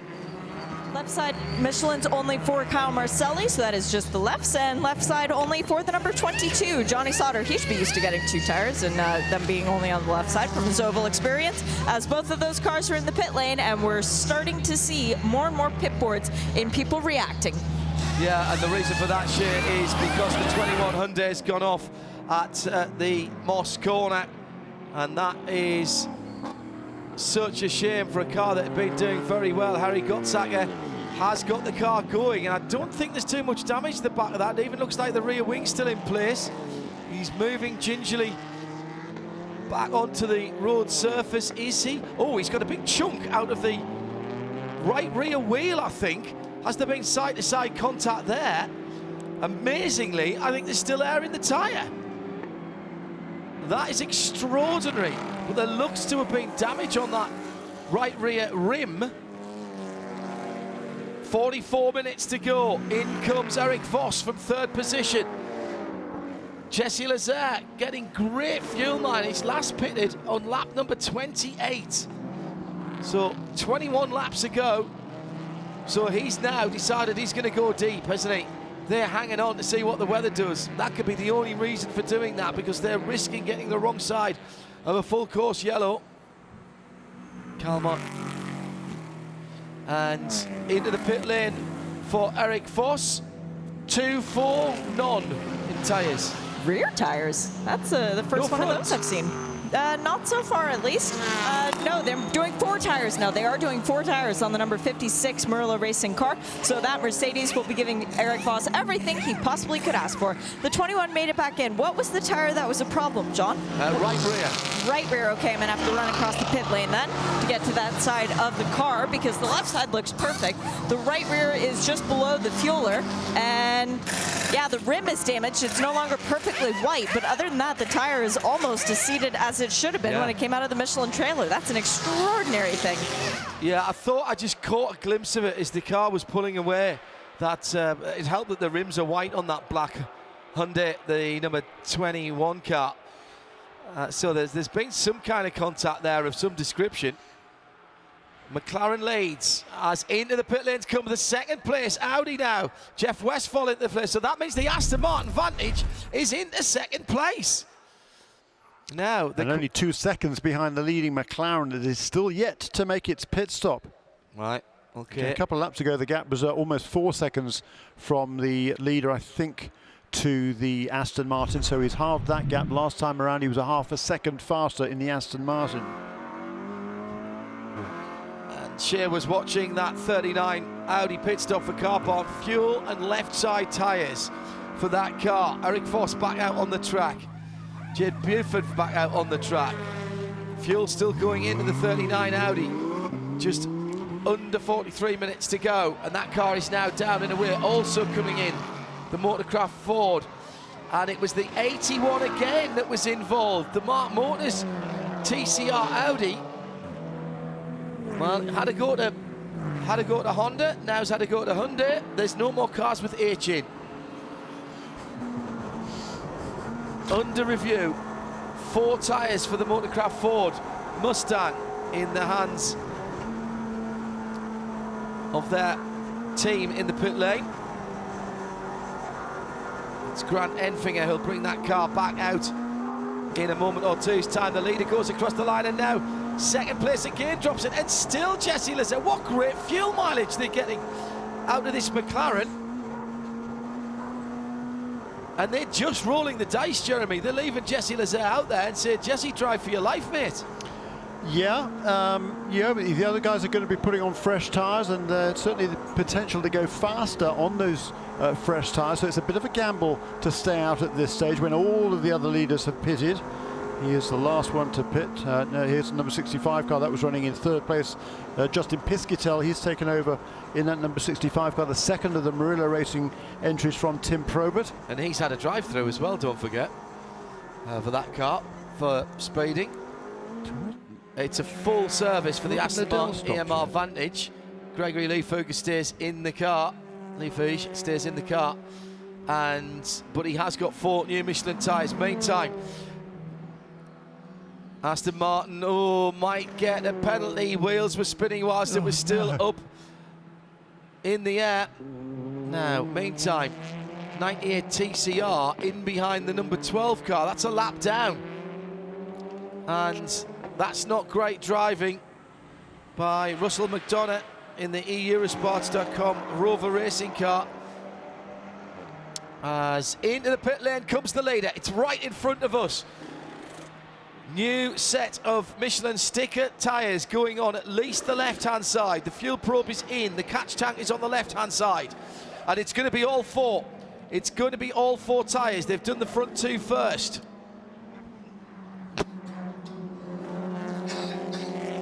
This looks to be going to plan. Right rear is going on. Remember, the McLaren has a single lug nut, so they're only allowed 1 gun over the wall. It's already down, the fuel is out, and it's rolling, and here comes... Where are the leaders?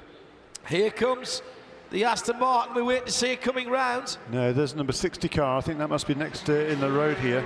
Yes, it will be. Kyle Marcelli. Oh, actually, Robin Liddell's already gone through. Robin Liddell's gone through. And he's gone into the lead. Liddell leads it. Robin Liddell leads it for Rebel Rock Racing.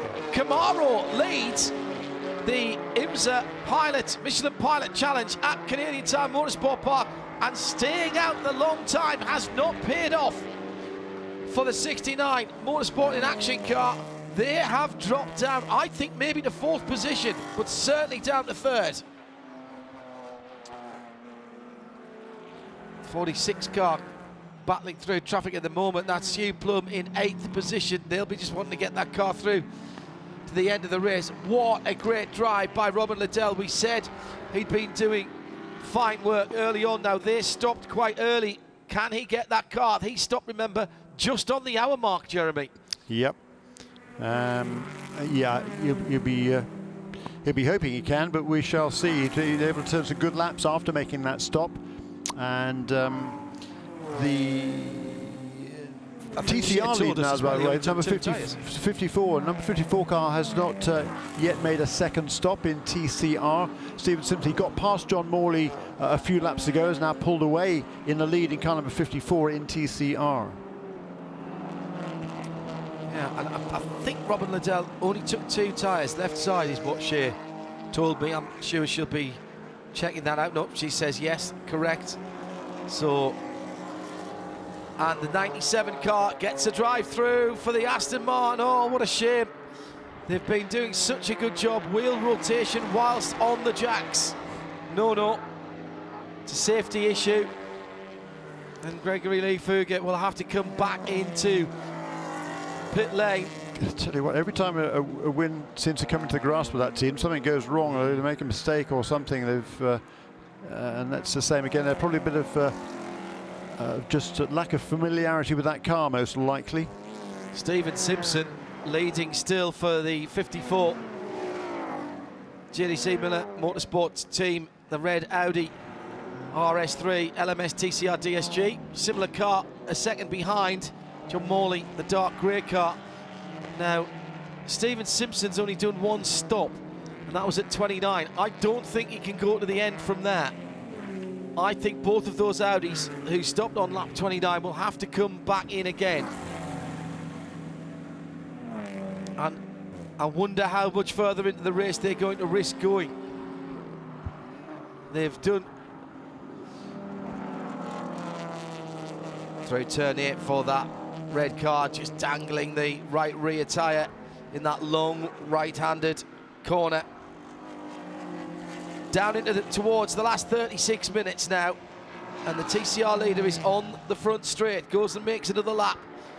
Going through, Eric Foss in the now 9th place GS car. Honda Civic of Todd Lamb in 3rd position now in TCR. And the number 84. And in fact, there's Colin Mullen is in 4th place.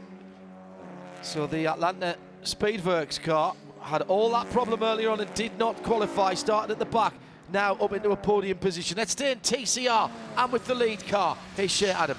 Well, Michael Johnson, the question is how long can your car stay out before it has to come in for fuel? So you have an answer for that? We're not sure yet. I think we're just trying to play strategy a little bit, and we'll see where we go from there. It was a really solid opening stint. Were you having fun out there battling with everyone? Yeah, I was having a lot of fun. The traffic was definitely hard to work through, but I'm glad that I kept it clean and I brought it in for Stephen to get in. Good luck. Thank you. Giving nothing away there at the front of the field. I think it'll be the same question for Robin Liddell, who has a very tidy lead over Kyle Marcelli, 5.3 seconds. The Camaro over the Mustang. American muscle ruling here, and shit, I don't believe what I'm seeing here. Are my eyes deceiving me? Out of a sunshiny sky, are we getting proper raindrops now on the front straight? There is not a cloud overhead, and it is raining harder than it's been all weekend. Now, it's still like mosquito rain, so it's just sort of annoying. It won't be wetting the track yet, but I can't believe this. It is actually raining.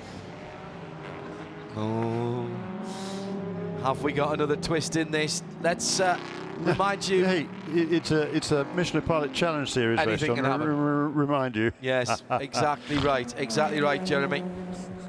Remember our Spirit of the Race award, Forge Line Wheels, Spirit of the Race, for the team, individual or entity that you feel has most adequately represented the spirit of endurance race in this contest. The hashtag is ForgeLine SOTR to @IMSA Radio Plays. Let's have them coming in, whether you're watching or listening here at the track or further afield. And a reminder that every single Michelin Pilot Challenge race is covered live in sound and vision. No blocks or breaks. So if you're enjoying this one here at the trackside, or you've tuned in for the first time, then we'll be doing it all over again for the rest of the Michelin Pilot Challenge season. If you want all the details, go to imsa.com or download the IMSA app, and all the schedules are on there. IMSA app is absolutely free, available for all of the major operating systems. Free to download and free to use, no in-app purchases. We'll make sure that you're only ever a couple of clicks away from all the information that you need on your favourite endurance and sports car series from IMSA. And Robin Liddell is pulling away at the front of the field. He's extended that gap. It was 4 seconds 4 laps ago. It's now over 5, so a few tenths of a lap. Robin with his hand out of the window, his left hand out of the window as he's driving down the or back has he got straight. a problem? Could be just to get some air. Just getting some air, possibly. Drops his hand back in again as he comes down into turn 8. He's not slowed down at all, unless that's indicating he's coming into the pit lane. No, I don't think so. Shea Adam has been down to Rebel Rock, and we can see them from where we are. They look remarkably laid back. Yep, they've been told that they will not be used again for the rest of the race if everything goes according to plan. Wow. Okay, well, that was just on the hour mark. So that split the race in 2 for GS. I wasn't sure that a GS car could do it on one stop, but maybe, just maybe, that can be done. They did save a bit of fuel in the first part of the race. After 40 minutes, we had a full course yellow, and that's why they got that car turned around. They wouldn't have had to put a full tank in, but that was the first part of the race. You reset at that point. Leader coming through TCR traffic through turn 4 and climbing up towards the furthest part of the track away from us. That's Moss Corner at turn 5. Tricky little complex there. Now over 6 seconds. Robin Liddell over Kyle Marcelli. 1:24.7 last time around for Robin Liddell. Only 0.3 of a second, 0.4 of a second away from his best time of the race. And took out 0.7 of a second on Marcelli in second place. Who else is going well? Well, there's nobody else in the 24s at the moment, Jeremy. Right. You've got to go all the way down to Justin Piscatel in 22nd position to see anybody else in the 24s. Liddell, very tenacious driver. He's got the sniff of a victory here. If he's got to stop for fuel, then he's done. But if he's going from here and he's got another 31 minutes in the tank, then fair play to them. They played a blinder. He doesn't appear to be fuel saving at the moment. Another 24.9 last time around, and a response this time from Kyle Marcelli in the number 60 Mustang in second, the 24.9 as well. Yeah, certainly very, very good lap times there in that leading car. The number 69 McLaren a couple of laps ago got past number 82 BMW. That's the championship leader, Devin Jones. That's the battle for 4th and 5th. They're going to try and track down Jeff Westphal. I think they're running pretty similar lap times, though. The 3rd, 4th and 5th place car. It's the Audi number 39 in 3rd place. He's about 4.1 seconds behind Kyle Marcelli. The gap between 1st and 2nd, once again 6 seconds. So that's stayed constant on that last lap. And the Audi running a similar pace too in 3rd. And then behind the Audi, we've got the McLaren, as I say, ahead of the BMW. And then right behind them is Trent Hinman, who's running very, very nicely for Park Place Motorsports in the Porsche, car number 7.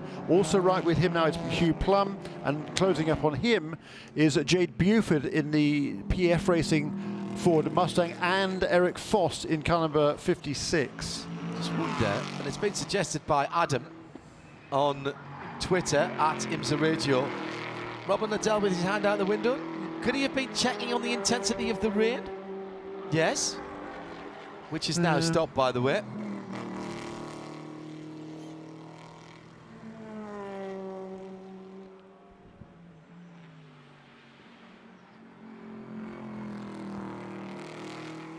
Brian Till suggesting that he's directing air into the car because he's warm. I think so. Yeah, me too. First time I did that at Silverstone on the Grand Prix circuit. I was doing 170 miles an hour in a BMW 635, and it had electric windows. So I wound the windows down because I was getting a bit hot in the car. I'd done nearly 70 laps around the Grand Prix circuit in the old days. That was quite a long way. And put my hand out the window, and because I was feeling sort of drowsy and tired and wanted some air, I put my hand out the window. The air pressure almost ripped my arm off. I tell you what, it worked me up pretty darn quickly. Yeah, and having lost his watch there,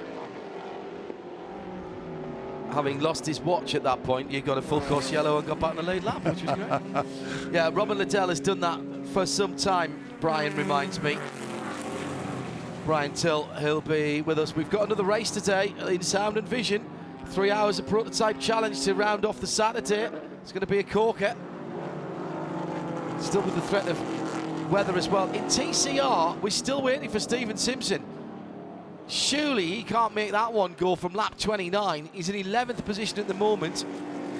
John Morley, 7.5 seconds back in the 61, the dark grey car, and then another 9.5 seconds back is the Honda Civic number 52. Then we've got the guys who have stopped twice. The Hyundai Veloster is the leading car for Mark Wilkins, the 98 of the cars who stopped twice, and that's the 4th position car. And they are 52 seconds away from the leader in class. And now here comes John Morley. Now he last stopped on lap 29, as did the leader in TCR. So the 61 car, the Europarts machine, but the dark grey colours is with Shea Adam. Front tire change, sticker, Michelin's going on to this car for John Morley. Gavin Ernstone driving the first half of this race. They are doing the fuel. Fuel nozzle comes out because they could back time it to the end of the race, waiting until the fueler is done. Fueler runs around the back very smartly, pulls around the air hose from underneath the car so that when the car is dropped, it does not run over its own equipment. Perfect stop by the 61 crew. And will come out right behind Robin Liddell, who crossed the line now and dives into the first corner with lap 61 under his belt. The Scotsman, what a run this has been. Frank Lepew did exactly what he was needed to do at the start of the race, kept the number 71 Chevrolet Camaro on the lead lap. Robin Liddell took it over, came in for his second pit stop on lap 44, just about the hour mark. We're on lap 61 now with 26 minutes to go. So Stephen Simpson leading in TCR. He last pitted on lap 29, the same lap that we saw the 61 Audi pit on. So how much more has he got in the tank, literally? And has he just allowed the 81 car back around him? Yes. Now that's interesting then. That's Remo Richetti going back through and getting a lap back.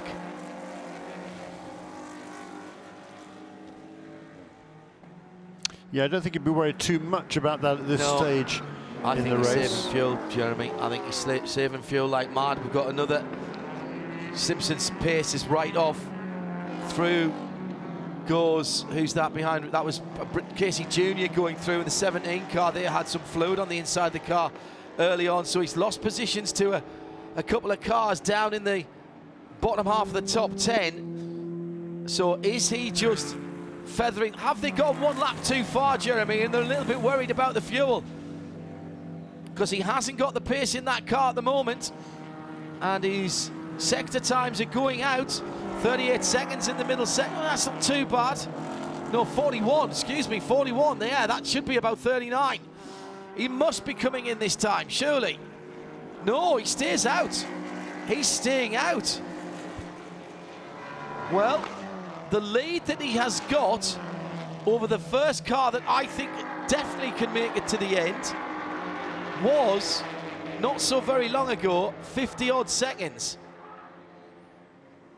And let's see now as they come through. So this might well be an economy drive for Stephen Simpson in the red, white and blue number 54 JDC Miller Motorsports Audi. Still got 24 minutes to run here. Liddell, by the way, 7 seconds to the good now, been trading tenths with Cal Marcelli. Jeff Westphal refusing to give up. Oh, and a spin and a touch. That's the Giovanni's car, the number 4 car of Guy Cosmo.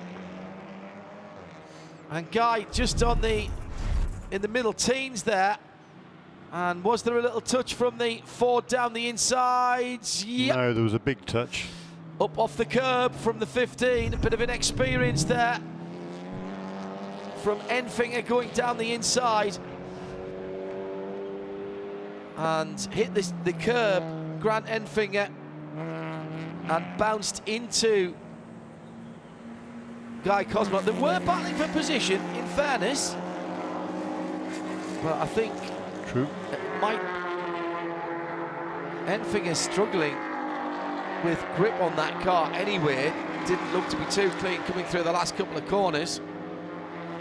And now with a little ding in the left front wing fender on that car. Shea, I want to come back to you again, if I may. You are absolutely certain then that the guys at JDC said we're not seeing that car again? No, that was Rebel Rock. Oh, that was Rebel Rock said that we've been told to stand down until the end of the race. So they are leaving out Robin Liddell unless something changes. The JDC crew thought that they were going to have to bring Steven in. They just weren't sure when. And as soon as that contact actually took place out on track, John, I'm stalking them across the pit wall, they all threw their hands up in joy thinking it was going to be a caution, and it isn't. Right, okay. So Robin Liddell not being expected to be back in. He's over halfway through his fuel stint now. Only took 2 tyres, but his lap times are outstanding. 24.9, 24.9, 24.8, 24.8. Oh, and Mark Wilkins back in. I wasn't expecting that, Shea Adam. No, I was definitely not expecting that, to see that car back in the pit lane again.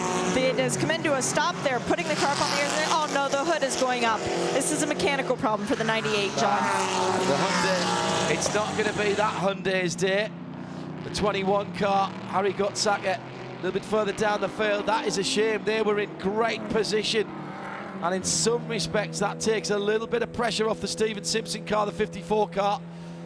The second place Honda Civic of Colin Mullen, that's only made its 1 stop as well. And the 15 Ford Mustang, Grant Enfinger will go. Oh, Liddell's off the track. Liddell's off the track. He's got a puncture, I think. Has he got a puncture? Or did he just run wide at turn 8? It was a very, very odd line. He managed to sit the car back down. And he's got the car pointing back in the right direction. 1:27.8 last time around, 3 seconds away from where he's been lapping. And that has cut his lead down to under 5 seconds. Meantime, the 98 car sits forlornly in the pits for the Hyundai. And slow lap also there, excuse me, John, for Jesse Lazare in the IMSA McLaren. He closed right up onto the tail of Jeff Westphal, challenging for 3rd place, but he must have had a spin or something on that lap. He lost about 4 or 5 or 6 seconds, has now fallen back into the clutches of car number 82. So it's a battle of the 69 and number 82 for 4th position all of a sudden. Drama on lap 65. yeah, And the gap from 1st to 2nd is now under 5 seconds. Under 5 seconds, yeah. But the car seems to be good, and they're pulling away now from Jeff Westphal. I think there must have been some sort of incident between Westphal and I wonder, and Jeremy, Lazare. with the Hyundai in the pits with the bonnet up, the hood up, I wonder, as Robin again has his hand out the window just cooling himself down, I wonder if there's a little bit of fluid out there. 52 Honda makes an appearance with damage on the right-hand side. And he's gone off trying to get into the pits and completely. And is that a puncture? And he's rattled the tyres all the way down the right-hand side of that car, coming in towards the pit lane, ripped off the rear view mirror as well. And there's an Alpha struggling as well. That's the 3 car. That's the Alex Popov car. So it's all kicked off again. That's the Colin Mullen car, by the way, that was coming, I think, was coming to the end of its stint anyway. I just wonder if they've pushed those tyres too hard. Meantime, turn 3 is where the Alpha has gone off. And was that a jump or push? No, it just crawled to a halt. That's a mechanical issue for the number 3 Alpha with its front end of many colours. Now, hearing from the pit lane, bad news from the number 98 Hyundai Veloster. The engine temperature was climbing in the draft. They had Mark drop back and get in some clean air, and it was still climbing. So they brought the car into the pit lane. Mark Wilkins has gotten out, and Michael Lewis said they are done for the day. It's a shame. They've had a couple of good runs recently. Meantime, a bit of control alt-delete going on by Alex Popov at turn 3. He's pulled it as far away as possible, but he's still on the grass there. Leader coming into the final corners in front of us has held his gap at just under 5 seconds. Lost a couple of tenths last time around. 25.3 for Robin Liddell this time. Yeah, 25.1 for Kyle Marcelli, down to 4.5 seconds now, Jeremy. Yeah, that's fine at this stage of the game. He can afford to lose the odd 10th here and there. Stephen Simpson still going round. So I reckon the first car now to have made the 2 pit stops will be the 61 car, John Morley's car, which got in and out. And they did 2 tyres only, Shea reminds me. Well, that's the second, or one of the Europarts run cars, the dark grey one. Behind that, it's the 84 Honda Civic, which is at Atlanta Speedworks car. And the pits are closed, full course yellow. Full course yellow, all bets are off. With Robin Liddell being chased down. Now, remember, Robin only took 2 tyres at the last stop this is great news if they had any worries on fuel from the Rebel Rock Racing Camaro. But not so great in that they will have to restart with the rest of the field behind them. Now, who takes a chance, Jeremy? To do what? Throw a new set of tyres on.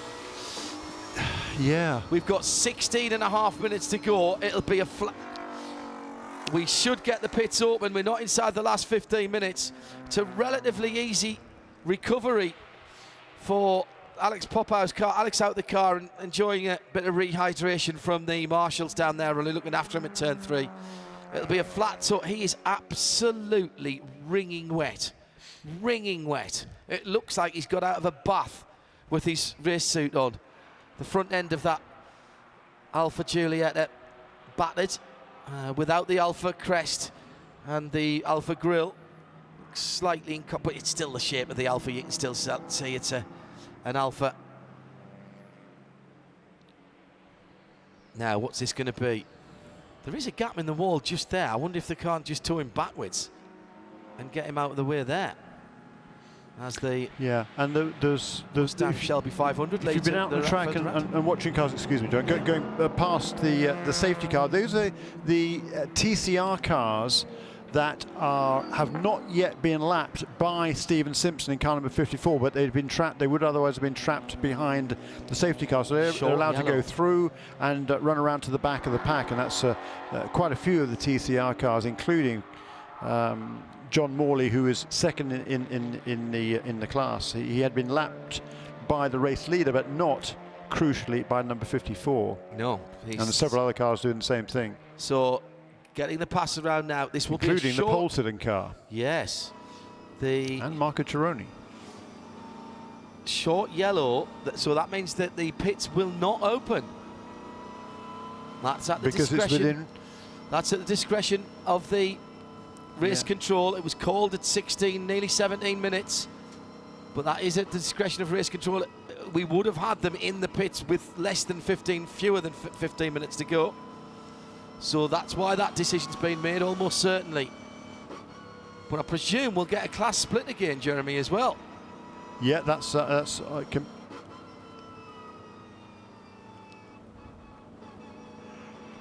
Well, this is going to be interesting.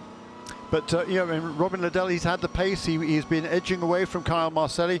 Kyle, a local driver, of course, so he's had a lot of success here in the past. Loves this race. Well, everybody loves this race. That was an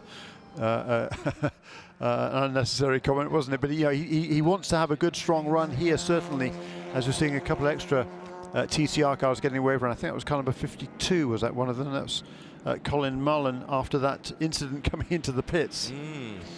Yeah, they'd been pushing the envelope. They had last pitted at the same time as Stephen Simpson. Stephen Simpson's been out there now for 40 laps in that number 54 bright red Audi.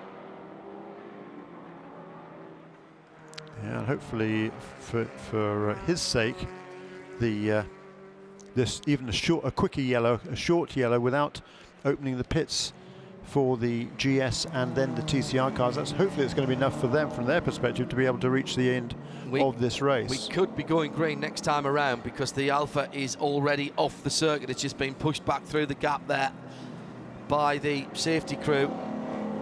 One of the Porsches running around there. That was the number 13 car with Scott Hargrove behind the wheel with its door open, so it must be getting hot and steamy out there. Quick pass around going on now. Yeah, Scott Hargrove with the door open on the yellow and black Porsche. Stephen Simpson right at the back of the line.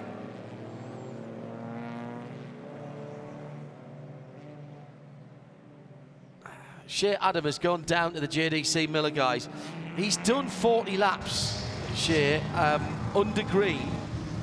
So, that for a TCR car, that he's getting there. I mean, they're still going to have sort of 10, 11 minutes to go. Can they do it? What's their body language telling you? They have very good poker faces, John. They're not any less nervous than they were the last time I came by, and that was before they had some running under the caution.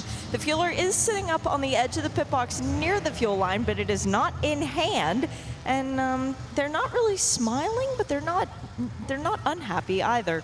I did do a little bit of digging for you, by the way, in terms of the GS car. Robin Liddell on his pit stop took left side tires only. So too did Kyle Marcelli, remember, in the number 60 Core Mustang that's right behind. So it'll be the same battle between them. Yeah, and right behind them is the Westphal Audi and the Jesse Lazare and that McLaren. And that McLaren took on 4 tyres, didn't it? And I think Westphal took 4 tyres as well, if I remember rightly. I think you might be right. So that's going to be a really interesting battle now. It's going to be, well, about 10 minutes to go. Class split is complete. Yeah, Safety car has cleared off. The lights are out. Robin Liddell will bring them back to the line. 11 minutes, 11 and a half minutes. He sticks the Camaro, the Rebel Rock Racing Camaro, into the final corner and gets his foot down. But it's a great exit by Kyle Marcelli out the final corner. And behind them, the Audi and McLaren are having a good battle down the inside for the McLaren. Jesse Lazare has a look down at turn 1, but can't quite get the white nose of the McLaren under the grate. He's going down the inside of turn 2. That's an audacious manoeuvre, but he backs out of it. Thank goodness. I actually backed away from the screen there because I thought there was going to be an almighty accident if he tried that one. The leaders are side by side going into turn number 3. Second and third pretty much the same. Then they drop back into line. This is great stuff on the restart. And it seems to me that Kyle Marcelli thinks that this restart Jeremy Shaw is his best opportunity. Closes up.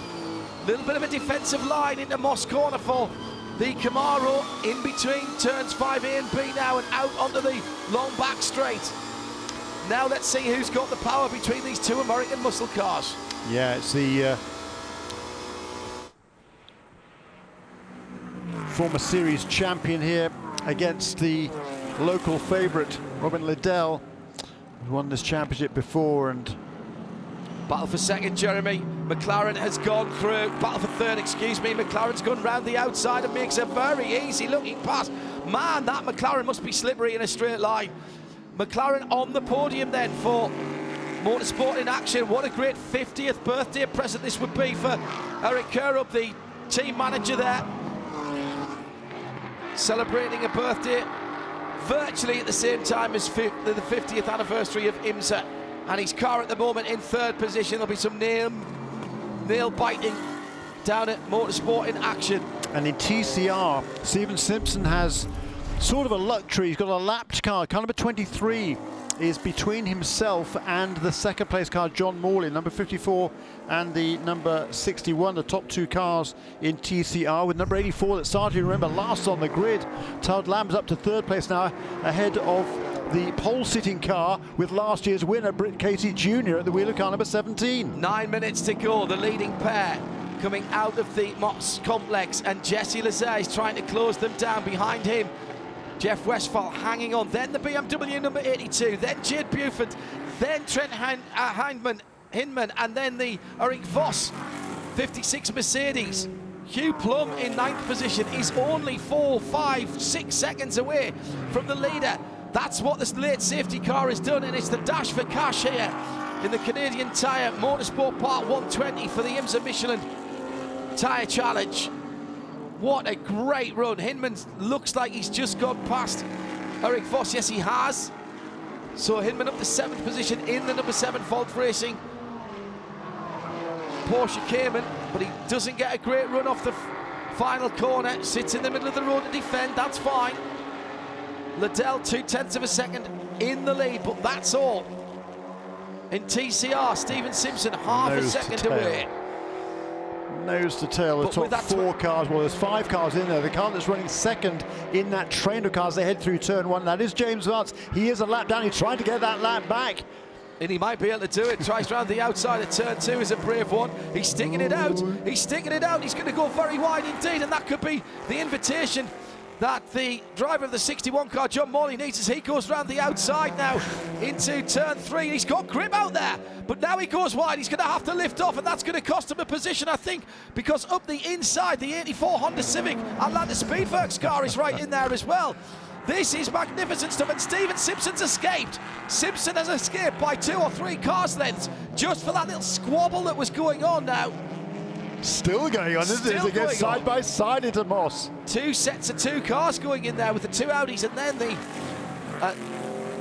Honda with the 17 is in there as well. That's Britt Casey Jr. Oh yeah, that's he's all for right there. position. Oh yeah, all for position. Yeah, last year's race winner. Well, Stephen Simpson's tyres very much older than everybody else's around him, but he's doing a grand job, and he's defended from the restart and now finds himself with the better part of a second on the chasing pack. Robin Liddell's pulled out half a second to his pursuers. Big throw down the inside there by John Morley. He's got Had it to get this it time, done, but here comes the Atlanta Speedworks car, and following through, Britt Casey Jr. 1, 2, 3 wide down into turn 1, and the Honda goes through. The Honda goes through into second place in turn 1, right on the pit wall. Magnificently opportunist manoeuvre from Todd Lamb, and he takes second place in TCR. Brilliant. Steven Simpson is saying, have at it, guys. Yeah, keep going, fighting. keep going. Hyundai number 21 in the pit lane for Harry Gottsacker. Not been a good day for that team, with the 98 car already having retired. Right rear tyre, maybe that was just... And off! Off has gone. That's the Bryce Ward car, isn't it? 57, there's a big battle going on there with a whole bunch of cars. With number 15 Ford was right in the mix of that as well. Christian See what Hornadel happens. behind the wheel, Jeremy, and I think he might have got some help. He did. It's the 15 car again involved, and that is a very, very, very scary moment. That could have been a much bigger off at turn 4. Look, Hornadel got a fantastic big foot on the brakes and slowed that car down, stayed on the asphalt for as long as possible. Well, I'm all for giving these NASCAR drivers some more experience on road courses, but don't mess up the guys that are regularly racing in this championship. That's just wrong. You shouldn't be pushing the envelope that hard this late in a race against not necessarily perhaps a championship contender, but a regular contender in the championship. That's really disrespectful. I don't like that. Yeah, it's good hard racing perhaps, but not at that point of the racetrack. It's a one groove racetrack down there, and Ruben, that's not just racing here, no, it's not. It's not. Absolutely Grant not. Enfinger, I think we'll pull a penalty for that. Now bear in mind we caught the end of it. It could have been, and I'm just putting this out there, could have been Hornadel moving over. Yeah, okay. And that's what race control will be looking at. I've no doubt that will be looking at. It's under review at the moment, and we'll let the race control guys do their job. Battle for first, second, third and fourth all together again. That breathing space for Steven Simpson did not last very long. And the 61 car's back up into second position as well. So that the Atlanta Speedworks back down into third. So Steven Simpson now could win this, could be off the podium. Yeah. That's how tight it is in TCR. Last 4.5 minutes. Robin Liddell still holding on to a third of a second. John Morley all of a sudden lost momentum coming off that corner, and that meant that the number 84 car had to go on the grass in avoidance. Yeah, John Morley. And that's held everybody else up, but who's gone through? It's Britt Casey Jr. up into second position. That was coming out of Moss. So John Morley was right up behind the leader. And then, yeah, you're right, Jeremy, just either lifted or had a problem. No, he had a problem, I think, yeah. And then that meant the Atlanta Speedworks car had to check up. Masterful piece of avoidance by Britt Casey Jr., who kept his foot in, went to the right-hand side and drags through into second place. So now 54-17-61, Audi. Then the 84 Speedworks car, and Colin Mullen, by the way, he's now only 1.3 seconds off the back of that battle. Yeah, he is. With 3.5 minutes to go. Liddell by half a second at the front of the field, and the battle for the lead in TCR is side by side going through turn number 2. There's not room out there. They've come together and squeezing through off the track, but squeezing through goes Britt Casey Jr. and he's loosed it. Who's that got sideways? No, that's John Morley. There was contact between Simpson there. And turn 3, yeah. The 54 and the number 17, they're teammates battling for the lead there. No action for the 15. No action for the 15 and the 57. Yeah, now this was very close indeed. And then as Steven Simpson tries to stay on the inside, John Morley comes around. Oh, and Steven just drifted off the apex there. A masterful save from John Morley. Front wheel drive car, turn into the skid and plant your right foot on the throttle. Britt Casey Jr. leads TCR. Yeah. Britt Casey Jr. in the 17 leads TCR. That was a great pass by Britt Casey Jr. there, around the outside of turn 2, wasn't it? Up the hill towards turn 3. That was a great move. 2 minutes and 18 seconds to go. One lap after this one. And Robin Liddell may have just judged these two perfection. Colin Mullen is up into second place. Yeah, I told you he was right there. Yeah. He's a couple of seconds back. No action for the 15 and 57. Just say that again. That bump and run.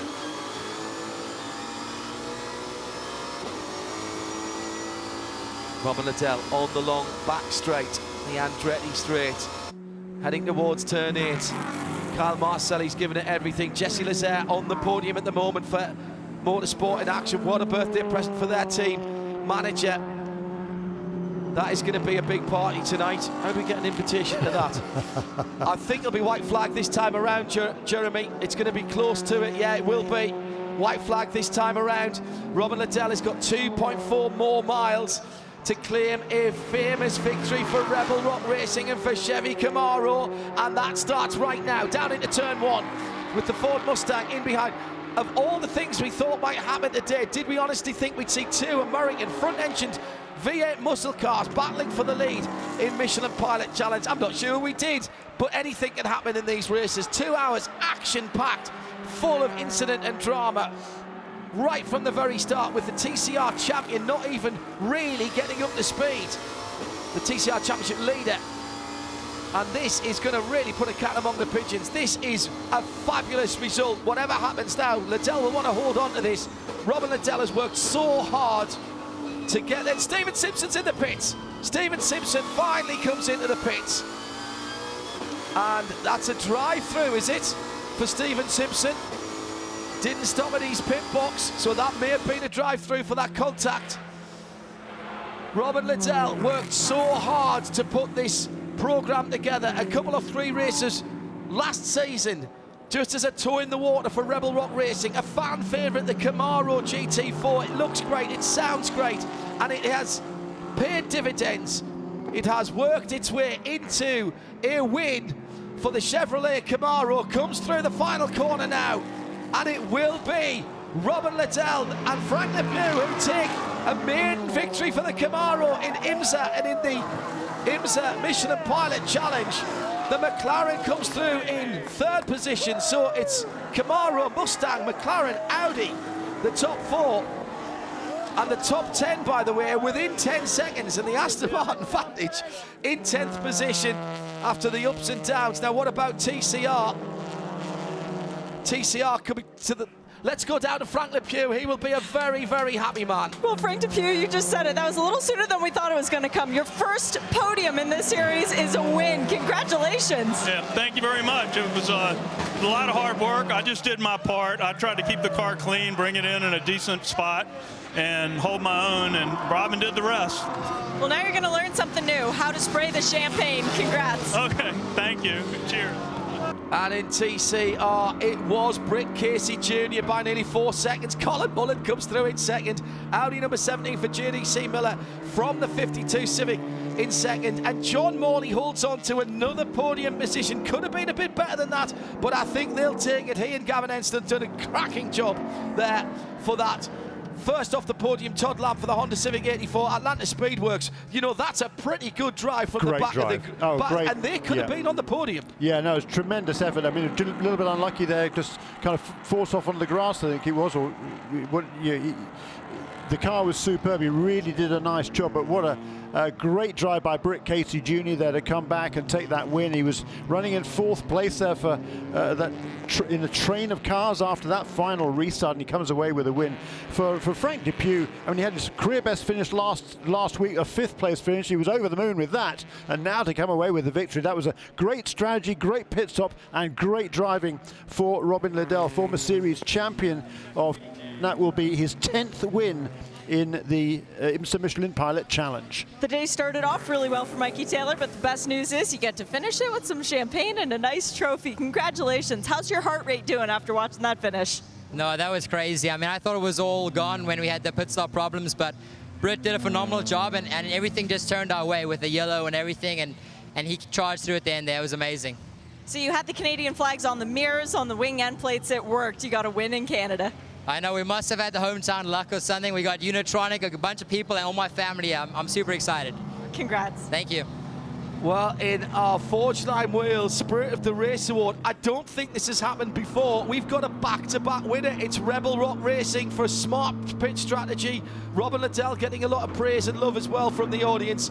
So our Spirit of the Race, the Forge Line Wales Spirit of the Race Award, going for the 2nd week running to Rebel Rock Racing and that Camaro.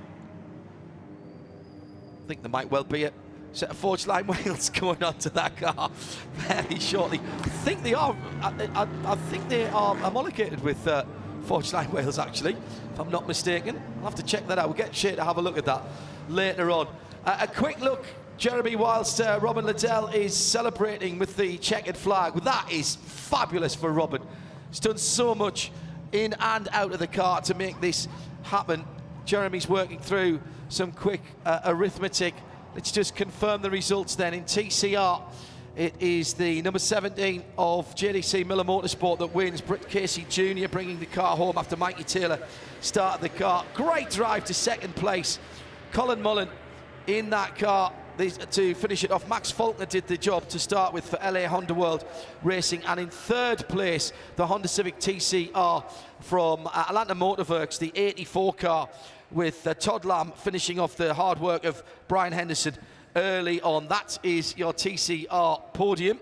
And in the GS podium, Robin Liddell, Frank Lepew take it for Rebel Rock Racing. Ford Mustang, the number 60 from Core Motorsports for Nate Stacey and Kyle Marcelli. Kyle bringing the car home. And Motorsport in action on the podium with their number 69 McLaren. Jesse Lazare bringing the car home after it had been started by Corey Fergus, who drove very well through the traffic, in fairness. And what a birthday present for Eric Curb, who celebrates his half century with a bit of champagne spraying on the podium. Right, Jeremy, a little bit of mental arithmetic. What can you tell us, first of all, about GS? Unofficial, these results, and subject, of course, to post-race tech. Indeed. So I reckon James Clay and Devin Jones in the Bimmerwell BMW will hold on to their championship lead, but by just 1 point now over Tyler McQuarrie and Jeff Westphal in the Audi. Sixth place finish for them today. Yep. Fifth place finish, weren't they? Sixth for the BMW. Sixth for the BMW, correct, yeah. And fourth for the Audi. Fourth for the Audi. And then Jesse Lazare and Corey Fergus with that third place finish. They'll be just 1 point behind in third place as well. So 1 point separating first and second and third. In TCR, good win for the JDC Miller guys, the 17 car. And Jeremy's just doing a quick bit of this is a bit more tricky, this one. This will take me a little bit more time. Okay, let's head back to Shea Adam with some very happy people down in pit lane. What a great win for Robin Liddell, Shea. That's been hard work in and out of the car for the Scotsman. Oh, fantastic win, yeah. Unfortunately, they have the second to last pit box on the lane, the last pit box belonging to MIA. So for me, it's a long walk to the podium too, and I'm still making my way down there, but a horde of people coming in as well to celebrate this victory for Rebel Rock Racing and Chevrolet. Yeah, in an area that is well used to seeing Chevrolets, Oshawa, with a big Chevrolet connection. Of course. Right, Jeremy, what can you tell us about TCR? Yeah, in TCR, Shelby Blackstock and Tom O'Gorman, with the problems for the other top contenders there, they finished in the 14th position. They'll have 139 points unofficially. So they'll hold on to their lead, despite that virtually not getting started today. Yeah, that's exactly right. Unbelievable. And Jonathan Morley and Gavin Ernstone, I reckon, will be up into second place now, just 5 points further back. Good for them.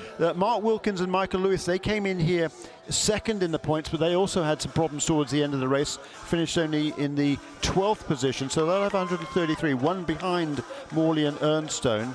And Nash and McDonough, who came in here on a streak of top 6-7 finishes, they finished in 9th place, and there will be another 4 points back in the 4th position. The Europarts.com Rover Racing number 12 car. Brilliant stuff.